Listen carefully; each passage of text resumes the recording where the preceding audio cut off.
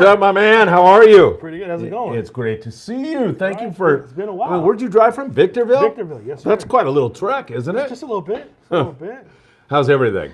Good. So far, so good. How about yourself? I'm good, man. I had such a good time at the Bart Hall show. What about you? Oh, same. It was cool. I saw a lot. Funny thing is, I ran into a lot of people that have been on my trips before. A couple of people that have registered for the new trips. So it was like, finally get to see them in person before the show, but it was cool. Yeah, and It was cool. I thought it was well attended, and it got I really know busy. Our little row was pretty stacked. It was kind of congested for a while, and I think the rows were a little bit wider, but They were. but it was still congested in there. I know. I was gonna sit back here and hang out for a little bit because I wasn't able to get out of my booth. I got a dear friend, Bob Gifford. I went to grammar school with him. Wow.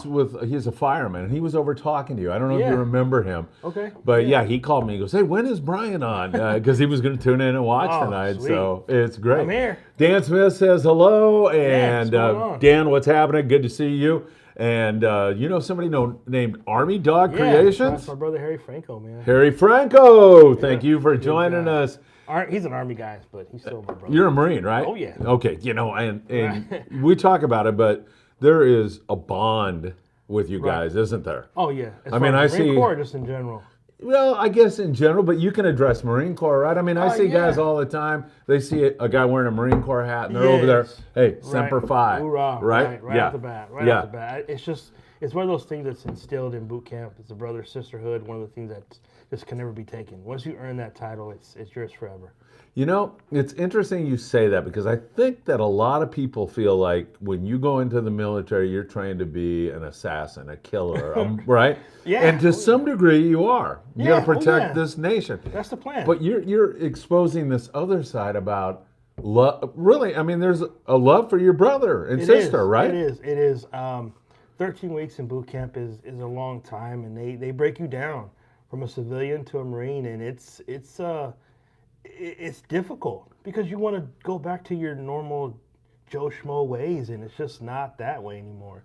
Even now, there's things that I do that's just it's in me. I can't let it go, but it'll always be there. We've got to talk about mission fish, but Yes, I am sir. finding this Let's very do it. interesting. If you don't mind, I just want to pursue this a little bit course, more. let's How go. do they break you down? What do they do? Well, How I mean, bad is it? Oh, Is it like what you see in the movies? Because I look, would say it's. I'm too much of a coward to have ever joined the Marine Corps or anything I would like say that. it's just like that. It is. Oh yeah, I mean they pick you up at night and they take you under the bridge and you get off this bus, and as soon as you're not even off that bus and they're digging deep, man. These drill instructors are digging deep, and you've been like, I was in a terrified. I've been scared, but this time I was like terrified. These guys are really gonna hurt They me. scare the hell out of you, Oh, huh? man, yeah. So you buy that they're gonna Oh screw yeah. Oh yeah, they're gonna get me good. But I knew that. I went in knowing that. I got a strict mom, so it was really like And do you attribute your mother's upbringing of you being strict to helping you to get through that and helping you to get through life in general? I think my mother's strength for me is what kept me going because she was a single mom. So when I saw her do what she had for me, I knew, okay, if my mom can scare the hell out of me, there's no way I'm gonna let these guys do it. Right. But there was days when where you want to quit, where you want to say, okay, I'm done. But that's when you dig deep and you remember the ones that have gone before you, and you say, okay, I can't let my mom down. I can't let my brothers and sisters down. I can't let my kids down, my wife down. So I'm going to continue pressing on. Good for you. Jeff Yeomans, 540 Slinger, he says, good evening, fellas. Hey, Jeff, thank you for your service. Jeff? Thank you for your service. Appreciate it. Before I go any further, what's wrong with me? No. I try to say that all the time Right. because I'm so convinced that going out there on a half-day boat is only because you guys protect this great nation of ours. Amen. Yeah, Amen. for sure. Jessica Garcia Barber, do you know her?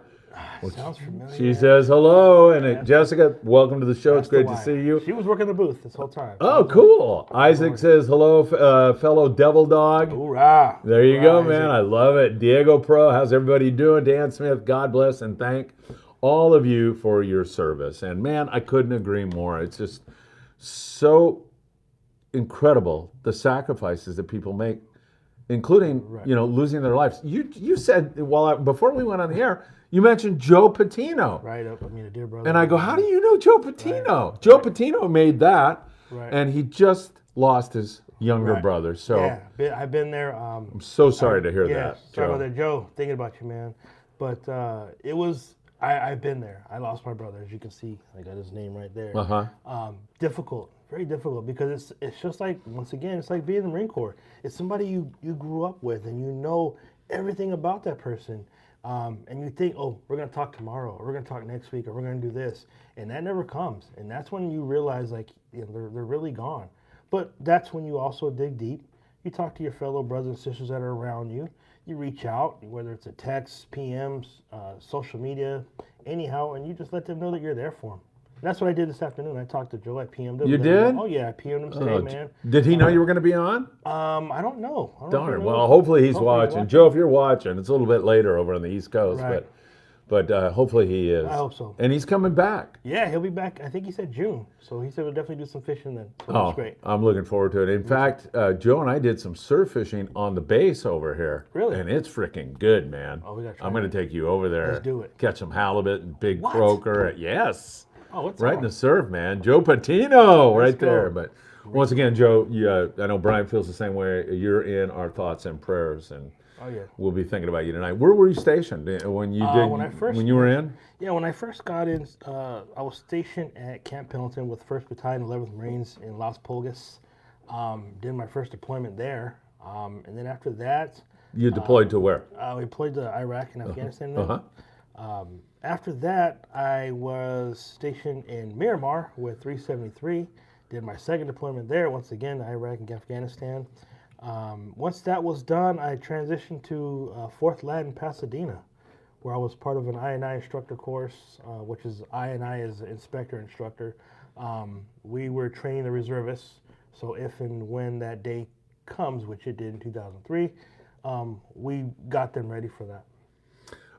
Care to tell us anything about what it's like to be in Iraq or Afghanistan? I mean, so that we can feel a little bit about what you guys see and have to do. The first deployment was, I just graduated boot camp in June of '95. So you're how old?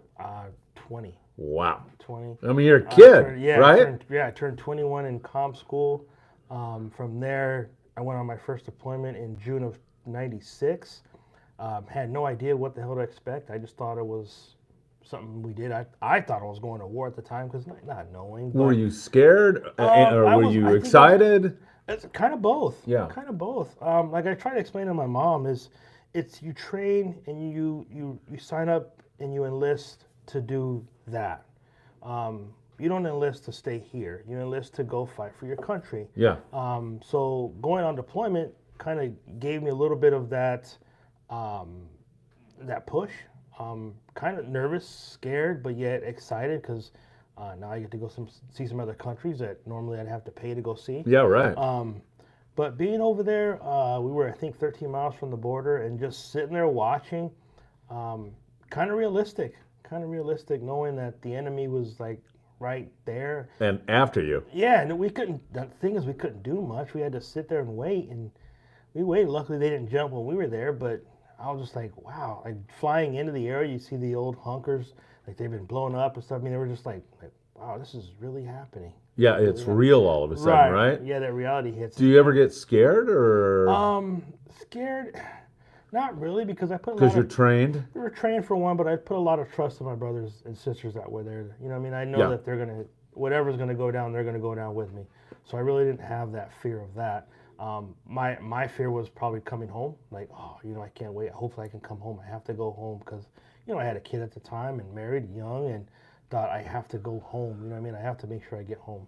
Yeah, yeah. And That was the scary part. Yeah, for sure. Did you lose any close friends or anybody? Over there, no. The first time, no. The second time, no. We didn't really lose much.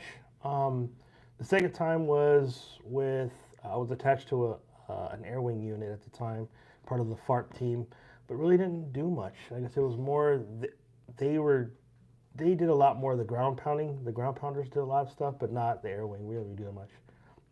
But we were there when Operation Anaconda started. I was supposed to re-enlist in one of those cool helicopters, but they cut that short because of the war start, the pre-war, I guess you want to call it, doing some site surveys and things. But I was like, man, I really want to re-enlist in a helicopter. Yeah, I know, right? Right? Yeah, because you never get Pretty. to, yeah, you never get to do that again. So I was like, we're here, let's do it. So he was like, let's do it. And that morning, got up and got all dressed and had my camis all pressed, and I was ready to do it. He goes, sorry, Barbara, we're not able to do it. We got Oh this going on." man. And I was like, man.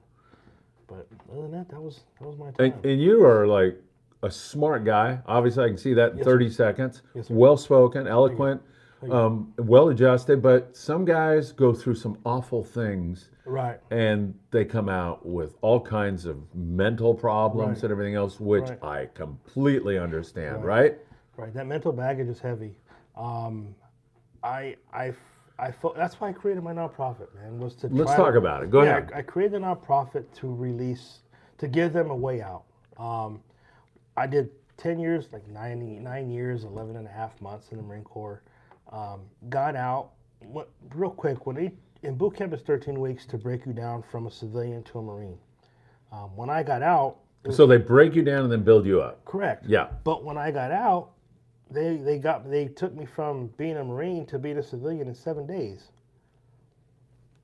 I didn't know how to adjust to that. I'm pretty sure at the time my brothers and sisters didn't know how to. You can't just adjust from a Marine to a civilian. Yeah, I know, And so right? You're gonna go figure it out. We're gonna teach you. We're gonna go do some resume writing and some job hunting, but they didn't teach me how to deal with the average civilian. I didn't know how to do that. In retrospect, should they do that? Oh yeah, Yeah. Because I mean, Go ahead. because on base you're dealing with a bunch of others like us. Yeah. Like-minded individuals. Right. They're hard chargers. They're ready to get things going, and you deal with some civilians that don't know that aspect. They're like, and you're like, am I wrong for thinking this way? Am I talking too loud? Am I talking too soft? Am I direct? Am I using my knife hand too much? You know what I mean? So it's but it's just the aspects of having to deal with civilians. I didn't know how. Yeah. I didn't know how, and I know at the time, like I said, a lot of my brothers and sisters didn't. So when you get out, let's say me and you've been in the last duty station together. We've been together for almost 3.5 years. Why get out? I'm from California. You're from New York. Now you're off to New York, and I go back to stay here in California. But we don't have that bond anymore. We would Right. talk over the phone because back then social media wasn't a thing. It was more like, hey, Phil, how you doing, man? You good? Okay, I'm good. And that was pretty much the extent of it because Right. we were so far. And you're 3 hours, 4 hours ahead of me, so we really didn't have that time. That's when I think what I missed, and I'm pretty sure a lot of my veteran brothers and sisters feel the same way. So I created the nonprofit. The reason I created that was for one, to deal with my PTSD, my anxiety, my depression, and two, to give my brothers and sisters an out to do the same thing. I mean, you know what it's like, man. When you're on that water, something about it, I don't know what it is, why it does it, how it does it, but my buddy Jason took me on a twilight. My brother Jason Chesbro. Jason, what's up, man? Took me on a twilight fishing trip with Jordan Richard. He was the captain of I think the Channel I at the time. He goes, let's do a twilight trip, right? And I haven't gone fishing in years. I pulled out this old pin that I had, and he laughed at me. But I went out, and I remember being at the back of the boat, and then I walked to the front of the boat, and we were just cruising out, and I just remember being like, wow. I had people talking, but for some reason I zoned it out. There wasn't a lot of people on the boat, but it was just being in that moment of on the boat, watching the sun go down, looking at the water, looking at God the almighty, island. yes. Right, I was just like this is I could have just sat there and did that all day. You're right. But then he goes, "Oh, don't forget we're fishing." I was like, "Oh, okay, my bad, I totally forgot." Yeah, really. You Right? were just like, I was in that moment. yeah, I was in that Nirvana moment. almost, right? Yeah. And I thought, wait a minute. This is something I would love to share with my veteran brothers and sisters on doing this. But I didn't know how to do it. I had no idea. A couple weeks later, I go on a crab netting trip on the Cobra out of Channel Islands. Yeah. And my buddy Kevin Brandon was on the boat. Oh, Kevin's great. He had just got off the Gentleman filming or whatever he's doing. He hopped on the Cobra because it was a nighttime trip. Hopped on there and he's filming, and I'm looking at it, and his energy is so positive. And Yeah, he's great. Recording, and he's talking, and he's moving, and I was like, man, what does this guy do? So on the boat, I'm talking like, hey man, what do you do? And he goes, well, I started a nonprofit called Real Guppies, and I take kids fishing. I was like, how do you? Did the light bulb? Yeah, and I was like, okay, wait. I said, I want to do this for veterans. He goes, well, let's do it. What do you need help? I go, I don't even know where to begin because this is something I've never done and never thought I would do. I mean, I would love to do it, but never thought it was something that would flourish into what it's doing now. Yeah. So I talked to him and talked to a buddy of mine named Santiago Jimenez. He goes, hey, let's go went to talk at his furniture shop. And I told them at the time, hey, this is what I want to do. And they said, well, we'll back you up. Just go ahead and do it. So reached out on Facebook at the time and said, is there any nonprofits that deal with taking veterans fishing? And I think my buddy's name was, what was his name that mentioned that? There was two guys that mentioned that. And one of them was a guy that lives in the Central Coast. And he goes, yeah, Anglers Anonymous does it. And I was like, okay. So I reached out to them, said, hey, I want to do what you guys do, but I want to do it down here in Ventura. What can I do? And they're like, well, we have our nonprofit. Here's our number. If you want to use it to let the boats know, maybe give you some love, but you're going to have to fundraise yourself and make the money. So that's what I did. I fundraised, and I think I made, like I said, $3,500 and I was excited. Yeah. It took me a long time to do that. Yeah. But man, I was so excited doing it. Sure. But our first trip, we did Operation Anacapa 2015, and that was 17 people on the Erna-B at the time. That is So awesome. I was like, I did it. Yeah. But I thought after that, I gotta do more. I gotta do more. To me, 17 is great and doing it one time, and I gotta do more. So the next year we did 2 trips. But my drive I'm not gonna help one. I want to help them all. Right. You know what I mean? You got that Marine Corps thing going on Yeah, there, which is a good thing. I'm I'm not in the Marines, but I got it too. I don't. Right. I just keep going, Just keep going, 24/7, right? until I pass out. Right. and then- If I did 60, let's do it again. Yeah. Let's do 120 next year. Okay. So then we did 3 trips. Let me catch up with a couple of questions, do and your we'll thing, keep do your going, thing. because you got a lot of people who are sending you their love here and everything Awesome. else. Isaac says, I've been out for 20 years and I'm still trying to get used to civilians. It's tough. It's Yeah. very it is. It lasts that long, huh? Like I told you, being in the military it's embedded in you because you're broke down. Yeah. I mean, you're broke down from this guy that walks around with his hands in his pocket, can, smoke a cigarette and walk, to where you're not allowed to walk with your hands in your pocket in the Marine Corps. Yeah. You're not even allowed to smoke in uniform. I mean, it's like, so you're kind of like, but I used to. You can't do that now. But I used to. You can't do that now.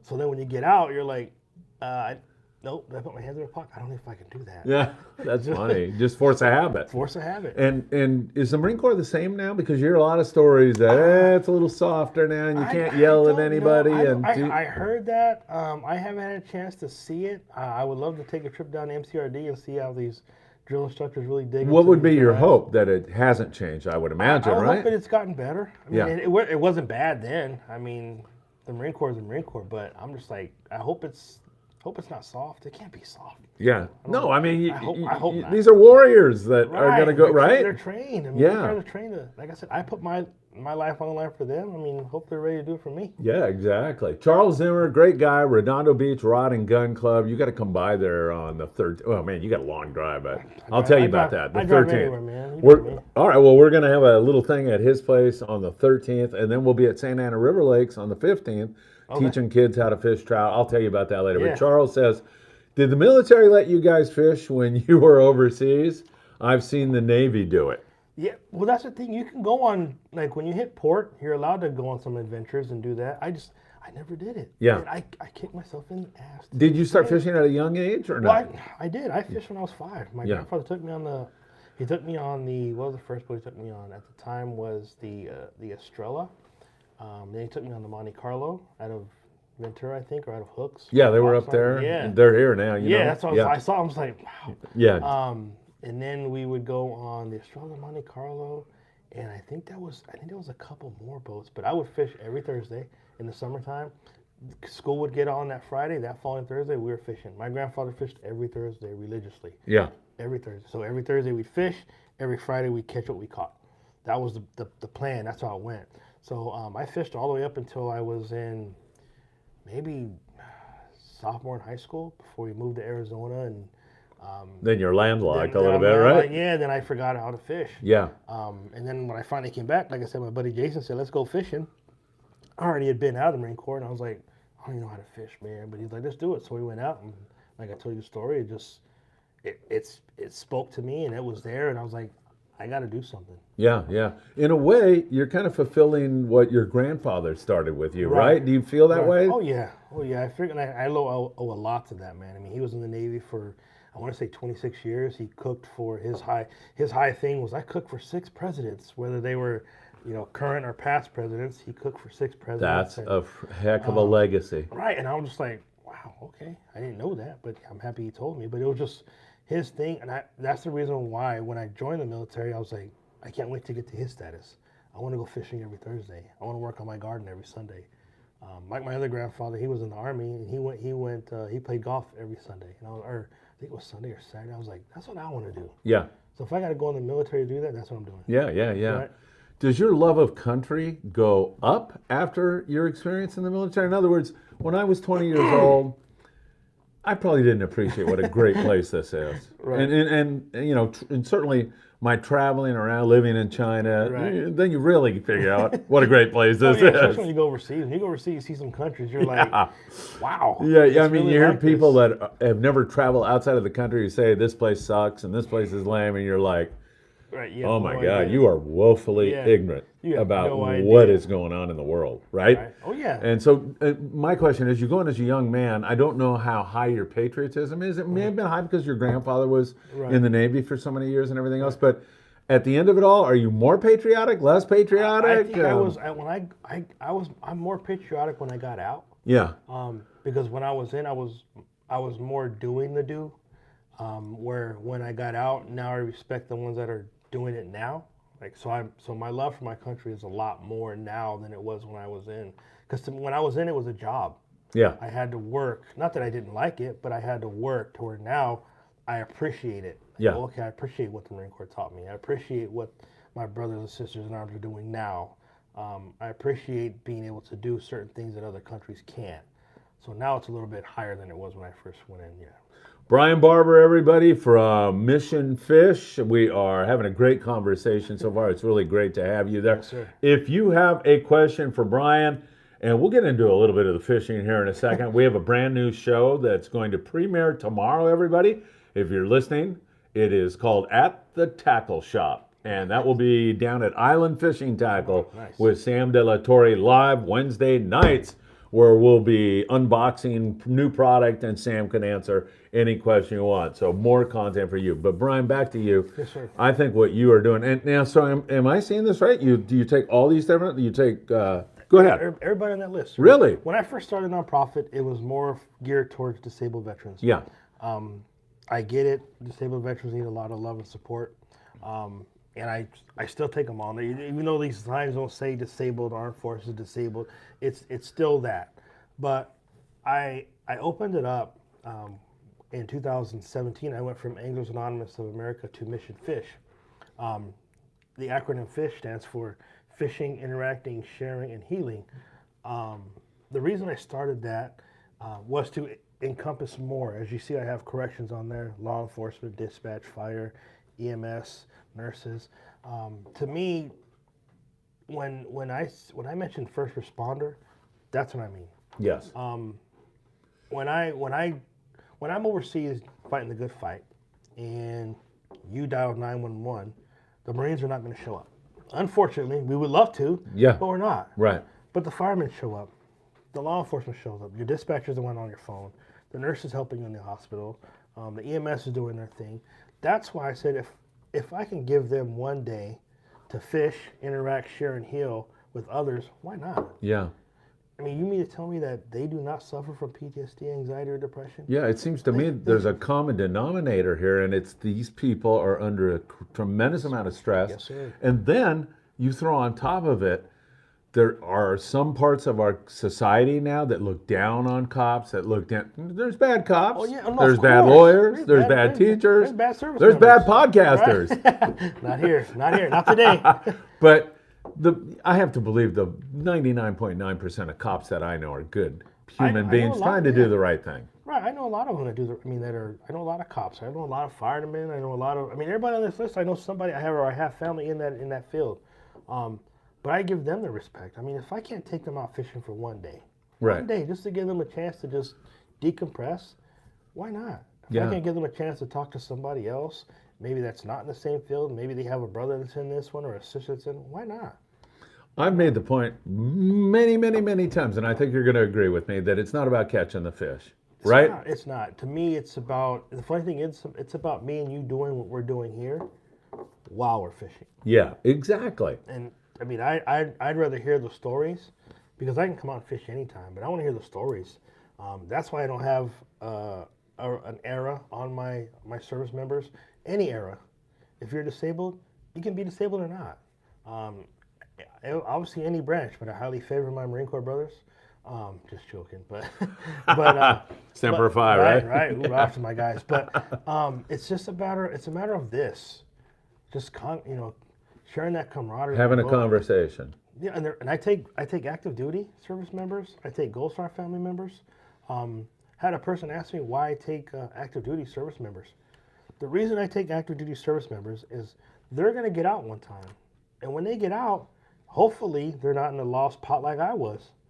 So I'm trying to get them to talk to some of these Vietnam veterans who I know had it horrible when they got out. Oh yeah, people are spitting on, Man, right? Right. Till this day, I don't understand that part. Right. The Vietnam guys, the Iraq guys, the Afghanistan guys, the Persian Gulf guys. Those, I want them to talk to them and ask them how they did it, how they transitioned. Yeah. Like my brother Harry Franco, he got out, he was lost, he came fishing, but now he does his Army Dog creations and he makes some magnificent stuff. But that's his thing. You know what I mean? I don't know if he talked to somebody else that got him into that, or if he just researched it, or wherever he did it. But he found something that helps him. Yes. And this is what I do. I bring you guys on the boat to fish, but it's not about the Not fish. about the it's fishing. about it's like networking with your fellow veteran brothers and sisters to see how they deal with it. Yes. How do you deal with stress? Maybe different than how she deals with stress. Well, you ride horses. Okay, well, this one here does art. Okay, well, maybe you should try that. Hey, why don't you come try mine out? How we do this? And that's what it's about. Being an alcoholic and going to Alcoholics Anonymous meetings, it kind of reminds me of that because I remember when somebody first suggested to me, you should go to an AA meeting. Like I couldn't even sit up straight because I was too drunk. But and I said, what is it exactly? Right. Well, it's a bunch of these guys that are alcoholics and I'm like, Yeah. what possibly, how could that help me? Right. Until I walked into a meeting and heard the collective wisdom about how people had overcome something that I was unable to overcome. Right. And then I started, like you're saying, some people use art, some people go fishing, some people go on a hike, on a walk on the beach at sunrise. And you start to share these things and it starts to open your eyes and you get that air of positivity, which you and I both agree is so important in life. Very, very important. It's very important. I mean, you have to have positivity. Negativity is just, there's no time or room for it. There's no time or room for it. Don't you just you can feel it bring down a group if there's negativity going on, man, and you're just like that body. You can feel the body language. Well, the funny thing is when we do our trips, when a lot of the participants get there in the morning, a lot of them are very reserved. Yeah. A lot of them are very standoffish. Yeah. A lot of them don't want to be bothered, don't want to be talked to, and to me, that's when my challenge begins. Yes. Because I'm like, okay, I got to break through this. yeah, somehow. I see him or I see her. If I see a girl, I'll look. Okay, yeah, my goal is to break her, not like physically, but just to go be her buddy. Yeah. Talk to her. If I see a guy that's having a rough time, you can see in the morning he's real uneasy, real timid. I go tell, hey, what's going on, man? You good? Okay, we'll talk later. And I leave it at that. Yes. Until we get on the boat. Once we get on the boat, once I get them on the boat, they're mine. There's nowhere for them to go. They can't outrun me. They can't hide from me. So I'll go fish next to them and just strike conversation and ask them what branch they were in, even though I might know already because I've done my research for them and doing my paperwork. But it's just, what branch were you in? When did you get out? How'd you like it? What do you do now? Things like that. And then, but my goal is to get them talking, not fishing. Even though they're fishing, it's to get that mind off of this, just to conversate with each other. Right. And then eventually they'll start talking back and having a good time, and you're like, okay. And then you kind of move, and one of my other board members or another volunteer will come fish next to them, and it's just a round robin. We just float all around the boat doing that. So we fish in the morning, and then we have what we do is at 11:11 we shut the boat down. The boat stops. We have a moment of silence for the ones that aren't there. The ones that couldn't make it, whether they were there, they weren't able to make it because personal problems or something. They just weren't able to be with us at that moment. But at that time, I also thank the ones that are there, and I give them the hand clap because they could be anywhere. They could be anywhere that day, but they chose to give me an opportunity to see what Mission Fish is about and see how we can help them. But after that, and we play taps, on the loudspeaker, and a lot of them, you can see that defensive wall come down. They see that they're not alone on the boat. They see that there's others that are struggling like them. They see that there are others that are going through it. And then we get back to fishing. But at some reason, like my brother Edgar said, right after that 11-11, the fish bite better. The positivity is tremendous. All those guys and girls that were really reserved are high-fiving. Now they're laughing and they're smiling, and we can't get them to stop talking. They're just, not that we don't want them to stop, but they just keep talking. It's like, then once I see that, mission accomplished. Yeah, mission accomplished. Then I'm good. Is there a religious overtone to this at all, or not? It's just, no, right? No, it's just. How about you? Are you a religious guy or not? Roman Catholic. You are too? Yes, sir. Oh, well, see, look at that There it right is. there. I We got that see Notre it. Dame flag, and Right. we got Nuestra Senora de Guadalupe over there. I see it. Oh, shoot. All right. Well, you're Catholic, but you're probably like me. That's important to me, really important to me. But other people are Jewish or of other faiths. Some are atheists. Right. That's all okay. It's all fine, yeah. Yeah. But just like being on a boat, there's no religion on the boat. There's no racism on the boat. There's no sexism. We're all just I'm trying to get them to accomplish the mission of fishing, interacting, sharing, and healing. That's all it's about. Man, I'll tell you what, I'm falling in love with not only you, but this program. Just talking to you, you are such an incredible human being. Appreciate it. I can see exactly what you're trying to do. In some funny way, I can tell you that if I call my two boys up, Patrick or Philip, and I say, boys, come on over. We're going to sit on the couch and we're going to talk for 3 hours. What do you think? And they say, you're drinking again, right, Dad? Yeah. You know, yeah. Did you pour me one, right? If I say, hey, boys, let's jump on the half-day boat, go catch some barracuda, Yeah. they're in. Out the And door, guess right. what we do? We talk for 3 or 4 hours. Right. Yeah, and it's exactly what you're saying, Exactly right? it. Fishing Like is that- the door that opens up and allows the healing to take place. Right. Without making it a session. You know what I mean? We don't. Yeah. And I don't make them sit. Okay, we're gonna sit on this boat, and you're gonna tell me everything that's wrong with you, and I'm gonna prescribe you medication, and I'm gonna tell you to do 10 Hail Marys. It's not about Right. that. No. It's about just you being comfortable in the present moment with others that are going through it with you. And there's no one. If you're gonna cry. I've cried. I've had people cry. I've done it. Yeah. It's something about being together with the others that does it. Army Dogs Creation says, when can we fish together again? Right. He wants to fish together. I know, but Harry knows. He just calls me up. We can go fish anytime. Right on. Well, bring me one of these Right. times, too. You're more than welcome. We almost have a new website we're going to have up here pretty soon, so we're going to throw your link on there. Awesome. We're going to promote you any way we appreciate can because we are very pro-military at Freedmen Adventures, pro-police, and you're a living example of why that is true. Isaac says, how do we get vets to you? I'm a Marine veteran and work at the VA. Try to spread the word to other vets on things like All right. this. Go to our website, missionfishusa.org. If you scroll down about halfway, there's a subscribe button. Once you hit that subscribe button, it's going to ask you to put some information, name, phone number, basically contact information. We then get that data and we set it aside. And as we get trips, I send an email out to everybody that subscribed to us. Hey, there's 20 spots available on this boat. The first 20 to register, come on in, and the boats fill up. How can people get donations to you? And will you take, like, if there's guys in the industry, like guys in the industry, will you Well, that's take the free thing, trips and stuff? That's another program I was going to talk to you about. Is we're trying to create another program to where, let's say you donated a trip for 2 on the Native Son. Yeah.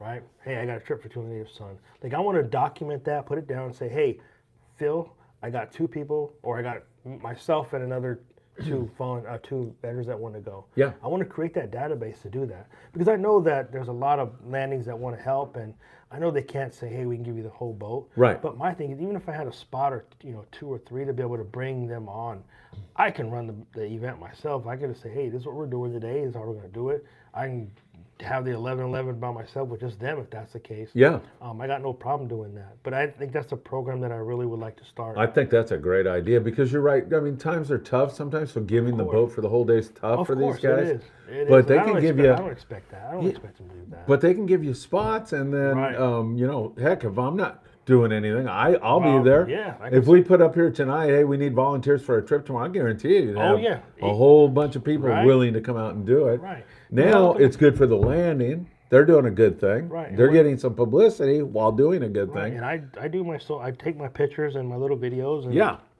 I usually hand it over to the wife, and she does all her social media. But I know that would be great. And getting tackle helps.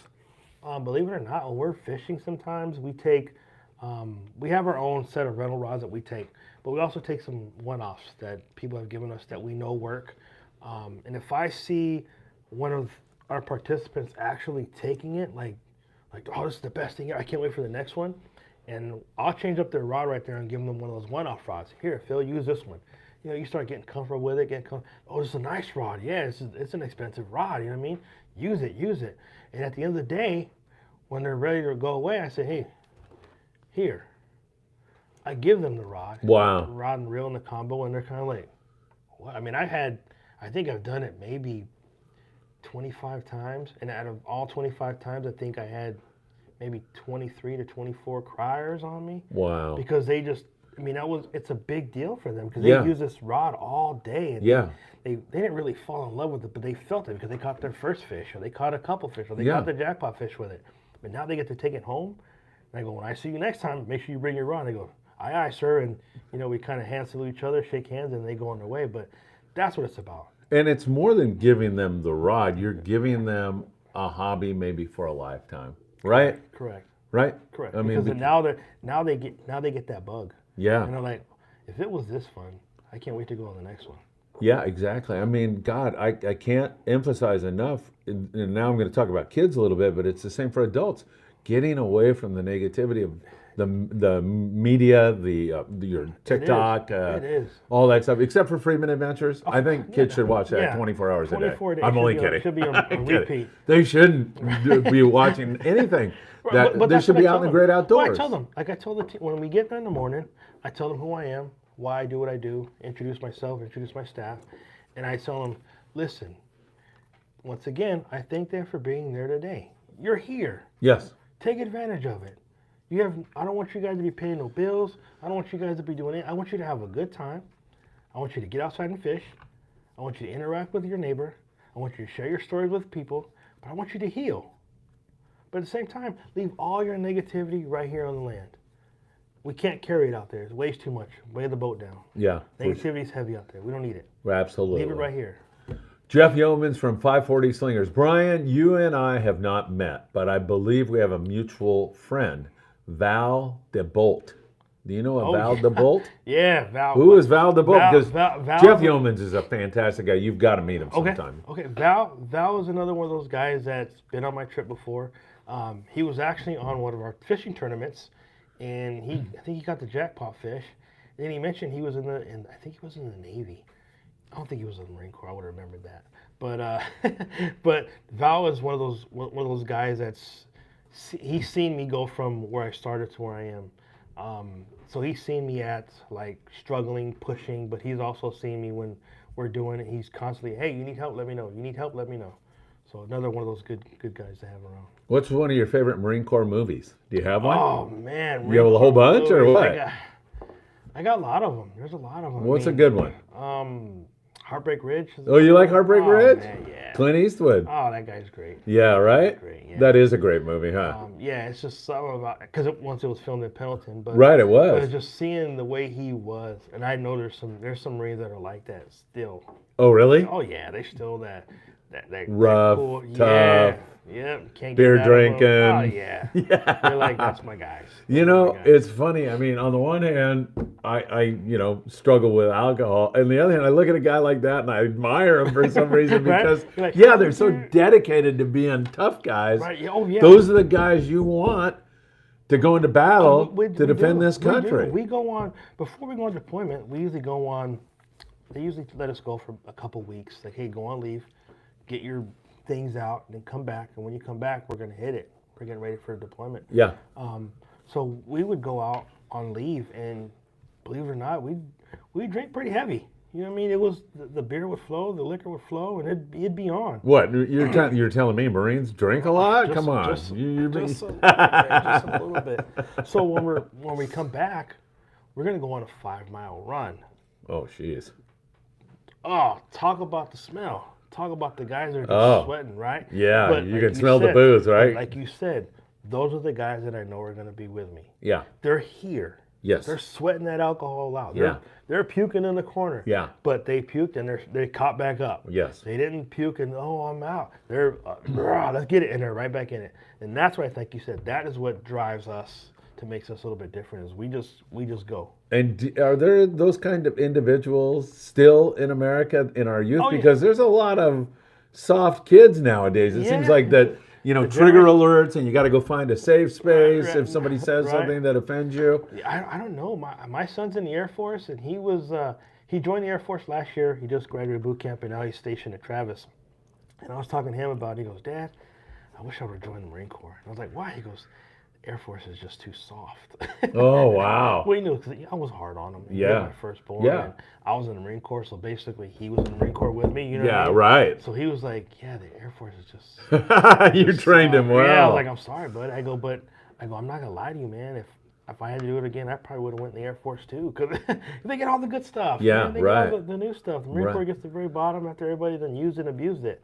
But I go, just think, man, you'll be working in the AC unit, having the finest food. You'll be all right. You look at how some kids are being raised now. I just whenever I have some kind of a advice that I would give to somebody, I go back to my kids because I love my kids. Right. And so whether it would be a racist remark or whatever it would be, I would tell the person who's the recipient of that remark not to be destroyed, not to feel terrible, to look at the person and say, what a freaking moron.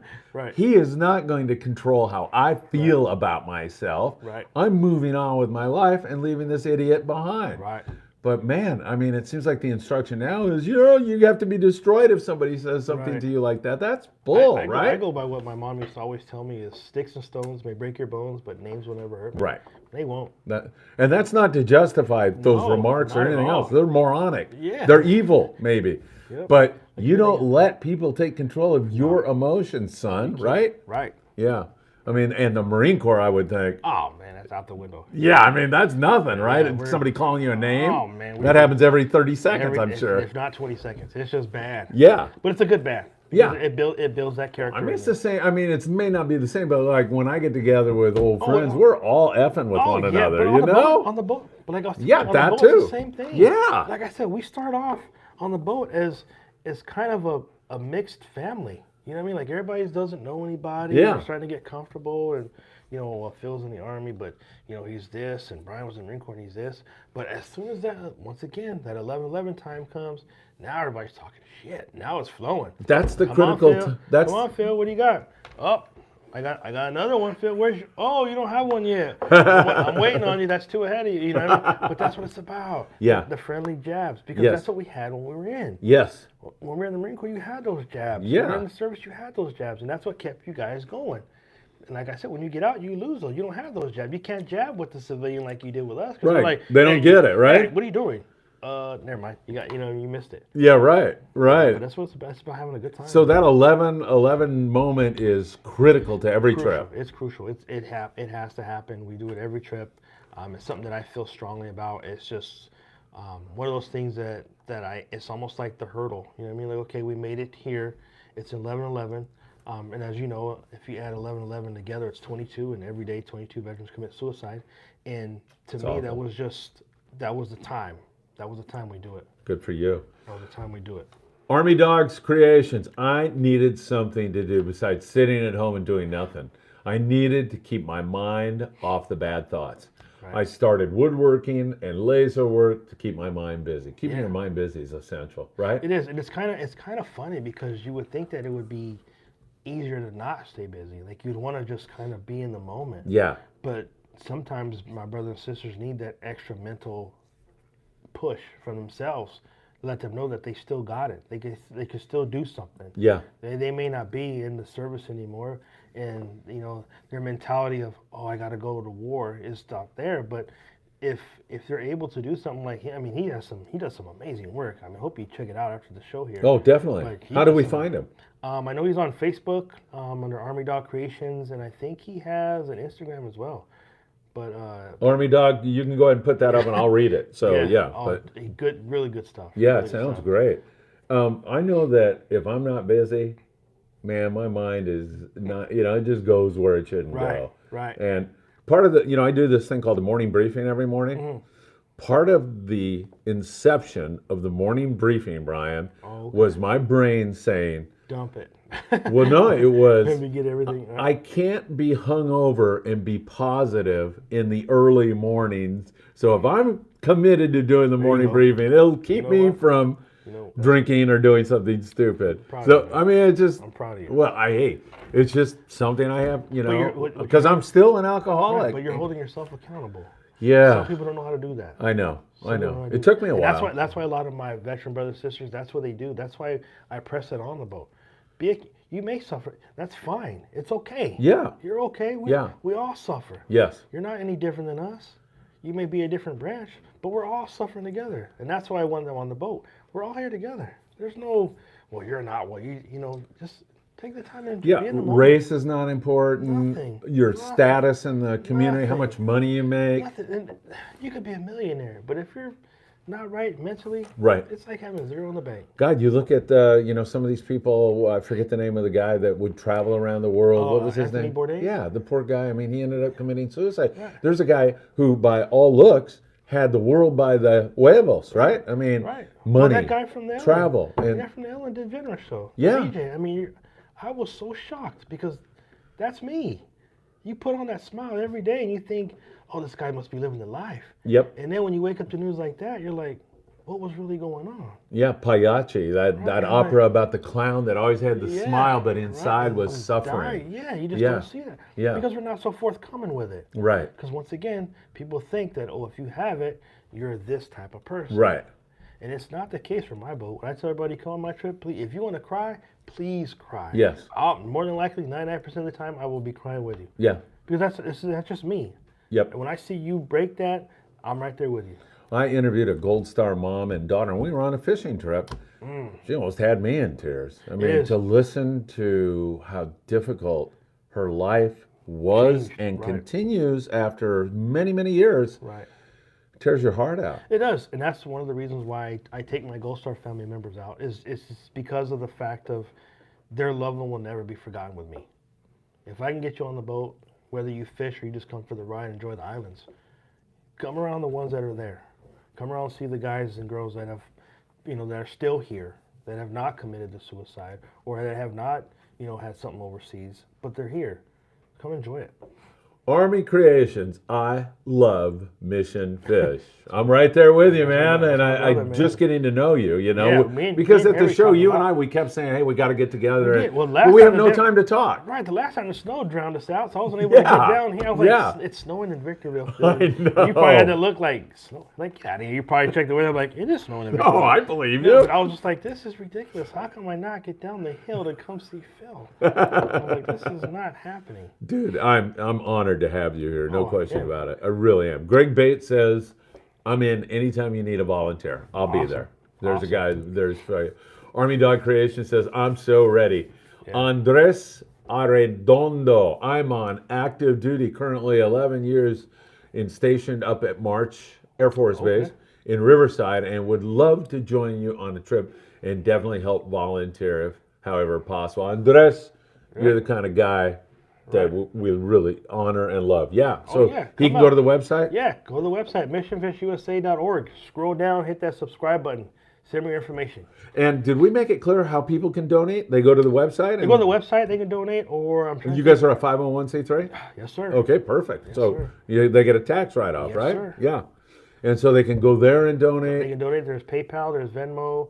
I think that's all we've got. I think only two donations we got. I think there's a donate now button. I think that might be like for a credit card or Square, but not 100%. Guys, there's nobody else that, does so much for our country. I've been dealing with you guys for a long time, taking you fishing, and then kids, and now I'm doing the Mexico thing. I jump around. I gotta come down with that. I would love it, but if you can make a donation, even a small donation, right? So what we do is we provide the fish therapy for our veterans. Our list here. Yeah. On the boat, we cover their fish cleaning. We cover their galley tab. We cover their rental rod. They pay for nothing. All you do is Fishing show up. license, everything. Covered. Yeah. All you do is show up. They show up in the morning. All I ask them is to bring a positive attitude and a jacket. That's it. Some can't bring a positive attitude, and Right. that's still okay, right? Well, all I do is ask. Yeah. I'm not forcing you. Bring Yeah, a positive right. attitude. Right. If you have an attitude, come on the boat. But I guarantee you, by the time we're done, it'll be away. Yeah. Yeah. Did your microphone screw up or something? I think No, right you're there. good. Yeah, you're I good. knocked it out. My foot was stuck on it. There we go. Oh, there we go. Yeah, you're good. So, have you seen transformations within a single day? Like you see a guy come out who's All the time. All the time. Can Like I you- told you, that's my goal. Right. When I get on the boat in the morning, not on the boat. When I get to the landing, I'm scoping. I'm doing my research right then and there, and I'm looking to see who is my target. Maybe it's just the Marine in me, but I'm like, who's my target for the day? Who's the one that I see not talking to anybody? Who do I see that registered that doesn't know anybody here? Who's never been on a trip before? And that's my target. I make myself known to them who I am. But my goal, like I said, is to not necessarily break them, but let them know that they're okay. Let them know that I'm right there with them. Let them know that the other 25 people on the boat are there with them. 24 people on the boat are there with them. Let them know that they're in good hands, that we're not going to let nothing happen because we're here. I just want them to understand that we're all going through it together. It's not just me or you going through it. We're all going through it together. And if you got something that you need to get off your chest, speak to somebody. We have people on the boat. There's no one here that's going to discriminate on who you are or what you got to say. And that's why this year we're starting to incorporate having a certified clinician on each of our boats. Well, I was going to ask you that because you're going to run into somebody at time you may have already that are suicidal, talking about those kinds of thoughts. Yeah, it happens. Suicide. So we're actually going to be going through some training ourselves to be able to handle situations like that upon That's ourselves. beautiful. But we actually have a clinician on each boat, and that's thanks to the Genesis program. Wow, that is fantastic. So if you see somebody who's obviously having a lot of trouble, and you can see that they need some help beyond the trip, you're able to handle that. Yes, sir. Wow, that's beautiful. That is. I imagine there's some emotional hugging going on these trips. I'm telling you, you got to come on a trip. I'm there. I'm When there. you come on a trip, you're gonna be like, wow, I see it.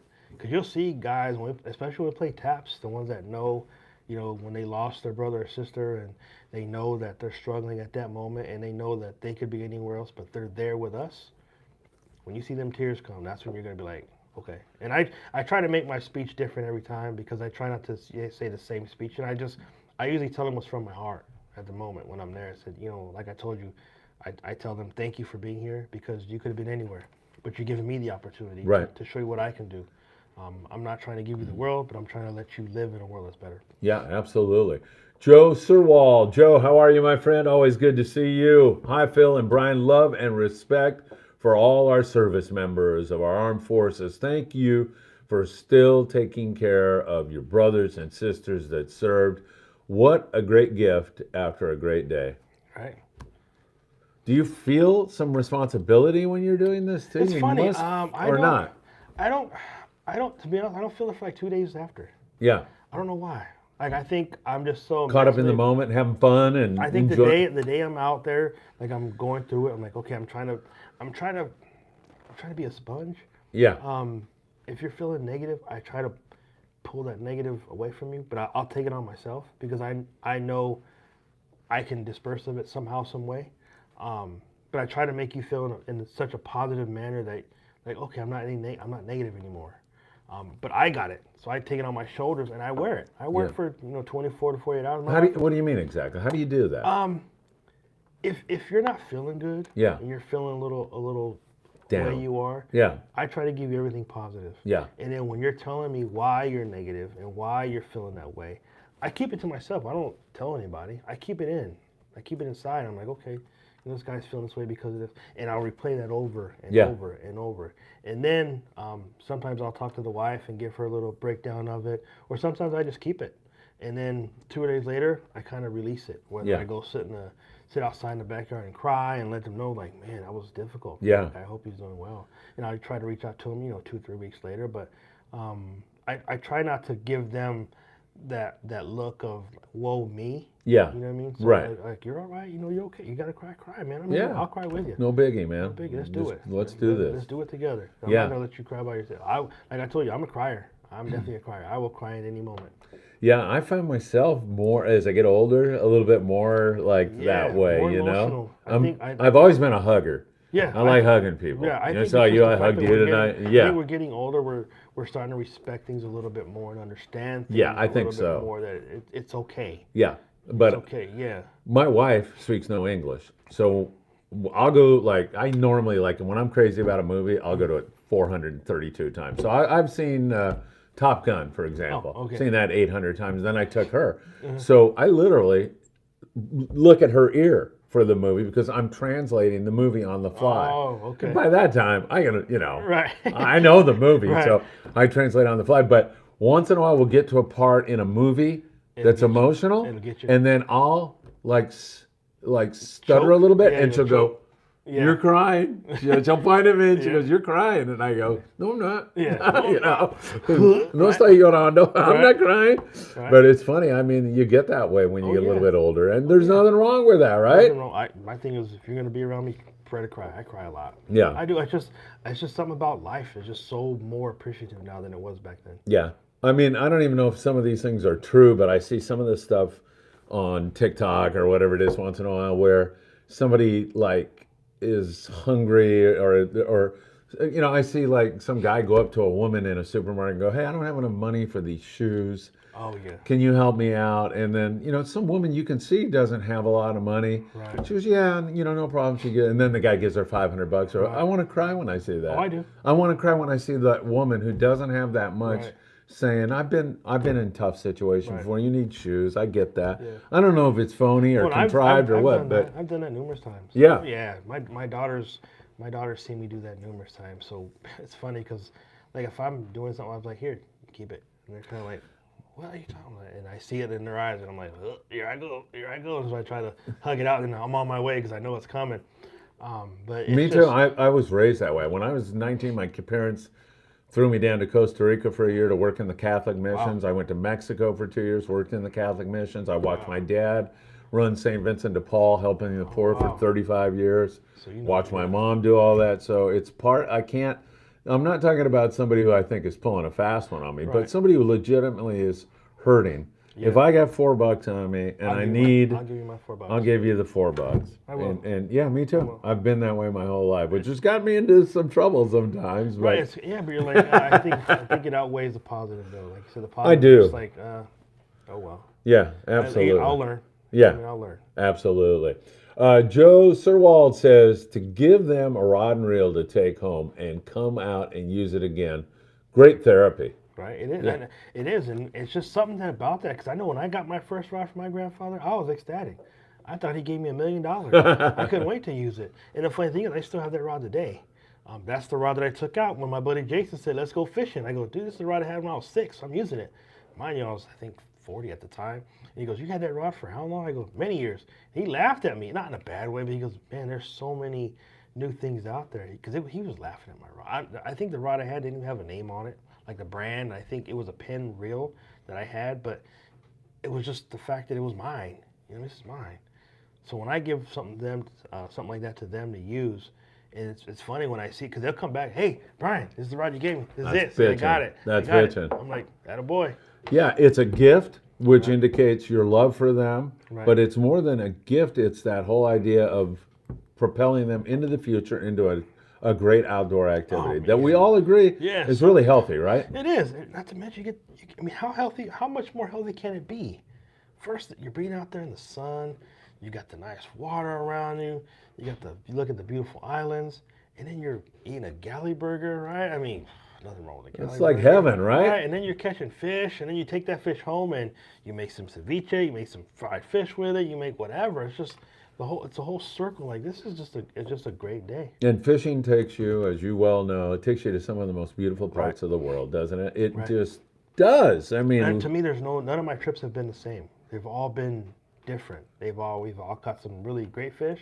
We've caught some small fish, but to me, it's not about that. It's just about the camaraderie of being in the moment with others. what is your favorite kind of fishing? What do you like to do? Do you like freshwater, saltwater? I or don't know do how you to freshwater fish. Believe it or not, You don't know how? I have no idea. I'm really bad at it too. My kids are better at it than me. and that's we'll come back, but that's another program I'm trying to start this year, the freshwater program. Oh, cool. Because I know that there's people that are afraid to get on the boats. Or they get seasick. Get seasick. Yeah. So, I can't go on your trips. Okay, well now you can because we're fishing off the rocks right here. But to go back to your question, my favorite fish to catch is a lingcod. Really? Lingcod fishing. It's pretty fun, because right? they're lean, mean, and green like us U.S. Marines. Yes. Yeah. So you fish a lot up there in the Channel Islands? Yeah. Yeah. See? Oh, there you go. Yeah, that's pitching. I love that, man. Right. Can you show that to the? Yeah. Can you guys see that? Yeah, that is friggin' awesome. But that's my sanctuary. Yeah. That's my sanctuary. Brings you peace. Oh man, none like no other. Because I remember fishing with my grandfather, and I didn't know what it meant then. Then it was more of I fished a lot when I was younger with him because I would catch his limit in mine. Because back then, I'm pretty sure you remember, what did a lot of the older guys do on the boats?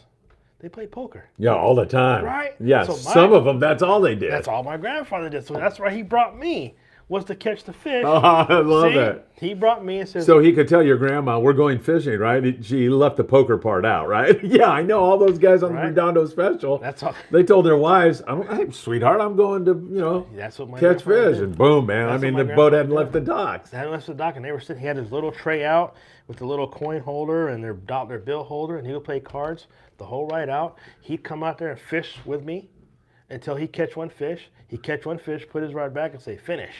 Yeah. My job was to catch all his and mine. So And- you can prove to grandma you did go fishing. Right. And then what we do is on the way back, if he was winning, I was able to get a burger or something from the galley. If he was losing, I got a candy bar. That is too much, man. I love it, I was man. like, I didn't know. Then I was working hard. I didn't know he got me though. He got me. Well, and that was on the Channel Island boats? Yeah. Yeah, that's funny. I worked on the Redondo special, and the same guys. I forget what day of the week it was, but man, they'd come, and I mean, if we got into a yellow bite or something, maybe they'd come out and try to catch a yellowtail or I something. don't remember any of that type of fishing. I don't remember any of that. Yeah, that's I crazy. remember it was all calico fishing for us. Yeah, well, you're up north there, so maybe you had a little bit. It was just all. I mean, to me, it was all calico fishing. Yeah. So when we came out this time with Jason, I was like, "What are we using?" Some of the stuff was. I was like, "This is a heavy sinker." That's what we're using. I'm like, "What? Okay, I guess." And lingcod are great to eat, fun to catch. And you ever go south of the border and fish? I haven't. Oh man, I got to take you. I'm ready. Are you? I'm ready. Man, it's fun down What time there. we leaving? Don't tempt me. It's 7:00 now. I can go home and meet you in San Diego. Or Don't tempt me, Brian. I'm ready. I'm ready. I love fishing down there. People are so nice, and I enjoy the fishing. I told my wife a long time ago that I want to retire there. You know, really? I do. I would love to. She Yeah, laughed at me. it's cheap. You got an oceanfront See? view, Can you and tell Jessica that? Jessica, honestly, listen. Listen. Don't listen to the media about. The world's a dangerous place, but if you behave yourself, everything is good down there. Not that many tourists get killed, and the people that are afraid to go to Mexico never go. I've been going for 50 years. You stay out of those bad parts, just like you stay out of Los Angeles or Chicago, or Right. you don't go looking for trouble, and things are going to work out just fine, I'll tell you. See, I told her, I go, Jessica, I'll talk to you later. We'll get together. yes. Yeah. I told her I would love to just go down there and just fish all day long. So I was talking to a guy who moved down there, Ensenada fisherman, and he's got a bar down there and he's got a house. So I asked him, I said, what's rent down here like? And he goes, well, I mean, I know guys who have a decent place for $200 a month. If you want a house on the beach, security, and all the bells and whistles and everything, it's going to cost you 900, 1,000 a month. And that's like a 3-4 bedroom house. And I'm just like, wow, right? You're like, that's a studio here with no kitchen. Right? In a bad part of town. Oh, yeah. Yeah. We have a universal commode. Everybody uses it. Where you really are in a bad part of town instead Right. of. I think thing about Mexico that scares everybody is, of course, there's a foreign language. So if you don't But speak she speaks Spanish. Spanish, so Oh, there you are. So I'm like, so Oh, what are but we she's doing? Is she What are- Mexican? Or? Oh, yeah. You Oh, saw okay. the name, Jessica Garcia Yeah, Barber. That's- yeah. Like, come on. Yeah, vamos, Jessica. There it is. Man. Or at least go down there and feel it out, check it out. Right. You know, We did a cruise, and we had fun on the cruise, but like I told her, you went down to Ensenada. Or yeah, we did the one from that's from fun. Long Beach here. Yeah. But I was like, let's do it. She goes, I'm scared. I was like, oh, man. No, let me tell you. I mean, I don't even know if I've ever told this story, but I'll tell you. This was crazy.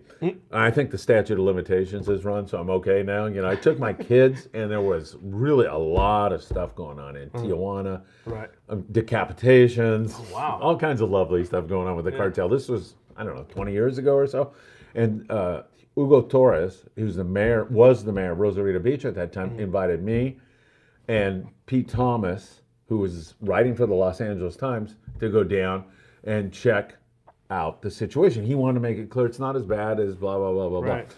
So we go into the Rosarito Beach Hotel, and driving down the street, there was no tourists. It was spooky kind of like. Right. You're like, Yeah, it was weird, but I wasn't. No, I mean, because I've traveled down there and I was right next to Nicaragua during the Sandinista Revolution, so I got my hair ripped out by my hair by the Sandinista soldiers. I thought I was going to die, so Right. I've been through a little bit. you know a little bit. So we sit down to lunch, and we're having lunch, and my son Philip is going, Dad, and I'm going, what? And he's going, Dad, this is so cool. Look at those guys and we had surrounded us all these giant Mexican guys in trench coats with these guns underneath. Just waiting. And yeah. Philip's going like, this is so cool. Yeah. I'm going This like, is neat. this is pretty bitch. Yeah, Actually. this is pretty badass. But yeah, I mean, it's safe down there. It really totally is. As long as you go to the right spot. I know that doesn't Right. sound like it, but Yeah, but this was like you said. It's just knowing where you're going. You know Yeah. what I mean? And I'm not trying to venture out. I told him I'm not venturing off. I'm No. going to where I'm at, hitting the water, coming back, and living the life. guys like Frank Savino, he ran the Enterprise for many, many years. He's ran sport boats. He's living down there now. Loves it. Absolutely loves it. I met a guy who just built a place in Puerto Nuevo. He moved from Colorado down there. Loves it. Can't get enough. Can't believe how cheap it is, how safe Right. it is. And That's what I mean, I heard nothing but good things. Yeah. I was just like, man, that would be the dream. well, I'll go down there with you and Jessica. We'll go down and see, Whenever check you're it ready, out. You let me know. Anthony Amalfitano, who happens to be a great father, a great friend, a great person. Anthony says, looks like somebody's going to be joining us at Santa Ana River Lakes. Don't worry, brother. I don't know how to freshwater fish very well either, but it's going to be a great day. Right. So that's going to be April the 15th, tax day. Okay. We're going to be at Santa Ana River Lakes, and we're Okay. teaching kids how to fish. If you want to come out and be part of it, and Yeah, because I had know nothing about it. and actually, we'll hook you up with Chuck Zimmer, and maybe you could go out to the Redondo Rod and Gun Club and give a little speech and maybe get some donations out there. I'm up for that too. Yeah. I mean, I'm everywhere. I'm everywhere. You let me know where to be, I'll be there. All right, perfect. Joe Sirwald, what a great platform to use in the San Diego area with all the military in the area. Great fishing, and to get them out and get things off their minds. Great views, and you never know what you will catch. It's a win-win-win-win-win-win deal, as Joe points out. It is. You can't really go wrong. I mean, it's just you're guaranteed to catch fish when we come on our trips, and that's the icebreaker. It's just getting them that first bite, because they have no idea what they're doing. Some of these guys have never been on a boat before. They never fished before, so they have no idea. They're timid, scared. They're like, what am I supposed to do? So we'll drop it down for them, set them up, ready. Here you go. Hold that. And you're gonna feel this. This is what you're gonna feel. When you feel that, just start winding up. That's it. That's it. You don't have to pull and slam like you see people do. They go, just wind up. Next thing you know, they're quiet. They're like, okay, because they're so focused on that feel. Yes. They're like, They're waiting for it. yeah. They're like, and all of a sudden they go, oh. Is that it? I go, yeah, that's it. I go, give it a minute, because he's tasting it. Let him bite it. Once they Yeah. bite it, you'll feel it. And I go, just wind it up. And they'll wind up, and like, yeah. And then it's, once they do that, it's done. They're hooked. They're done. Yeah, they're hooked more than the fish is hooked. Right. Right. They're just like, All right, and then before you know it, they're baiting their own hook. They're dropping their own things down. They're using fishing terminology. I'm like, okay, you really grasping it. You really got it. Yeah.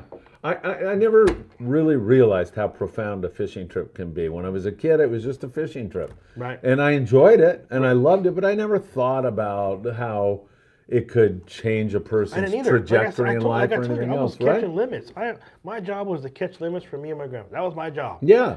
I would get Let on, him play poker. Yeah, I would get on the boat. I'd go up to the captain's wheelhouse because my grandfather knew the captains, and I would sleep until we got to the fishing That's ground. awesome. And then the captain would wake me up.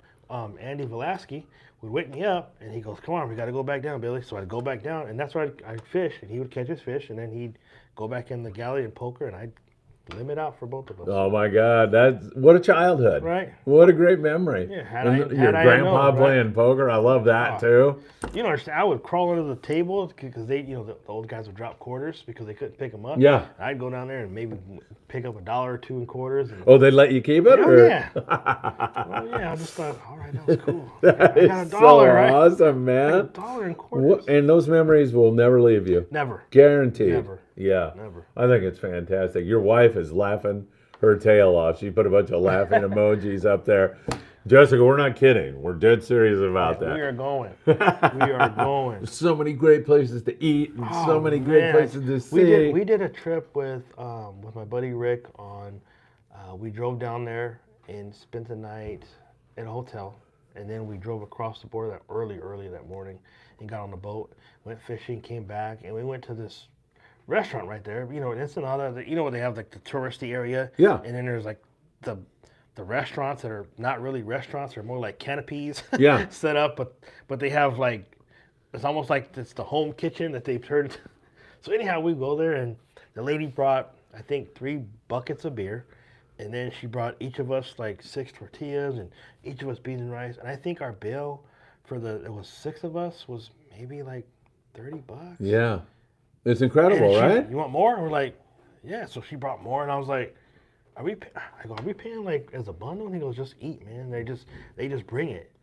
It's not like, you know, you're paying for this taco. They're just bringing it. They're paying you. You're paying them to feed you until you're full. And I was like, what?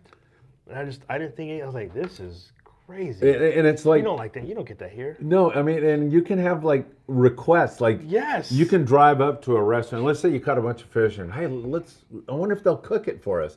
And not only is the place like closing, so you can see they're closing. You walk up and you say, oh, and they're like, what, what's up? And oh, we had some fish, and we come on in, yeah, we'll stay open. You Yeah, know? it was just I was so shocked. Like, wow, this is badass. Yeah, right. It's almost like being at home with family because they're just like, sit down. What do you want? What kind of tacos you want? There's a list. You just tell what you want, and they bring it, and you just eat. And you want more? Yeah, and more. And it's like salsa. They bring you 4 different salsas. You're like, holy crap. Yeah, and I think it's worth also realizing that I think that the wage down there now for a day's work, I think the minimum wage, not hourly, daily, is about $11 a day.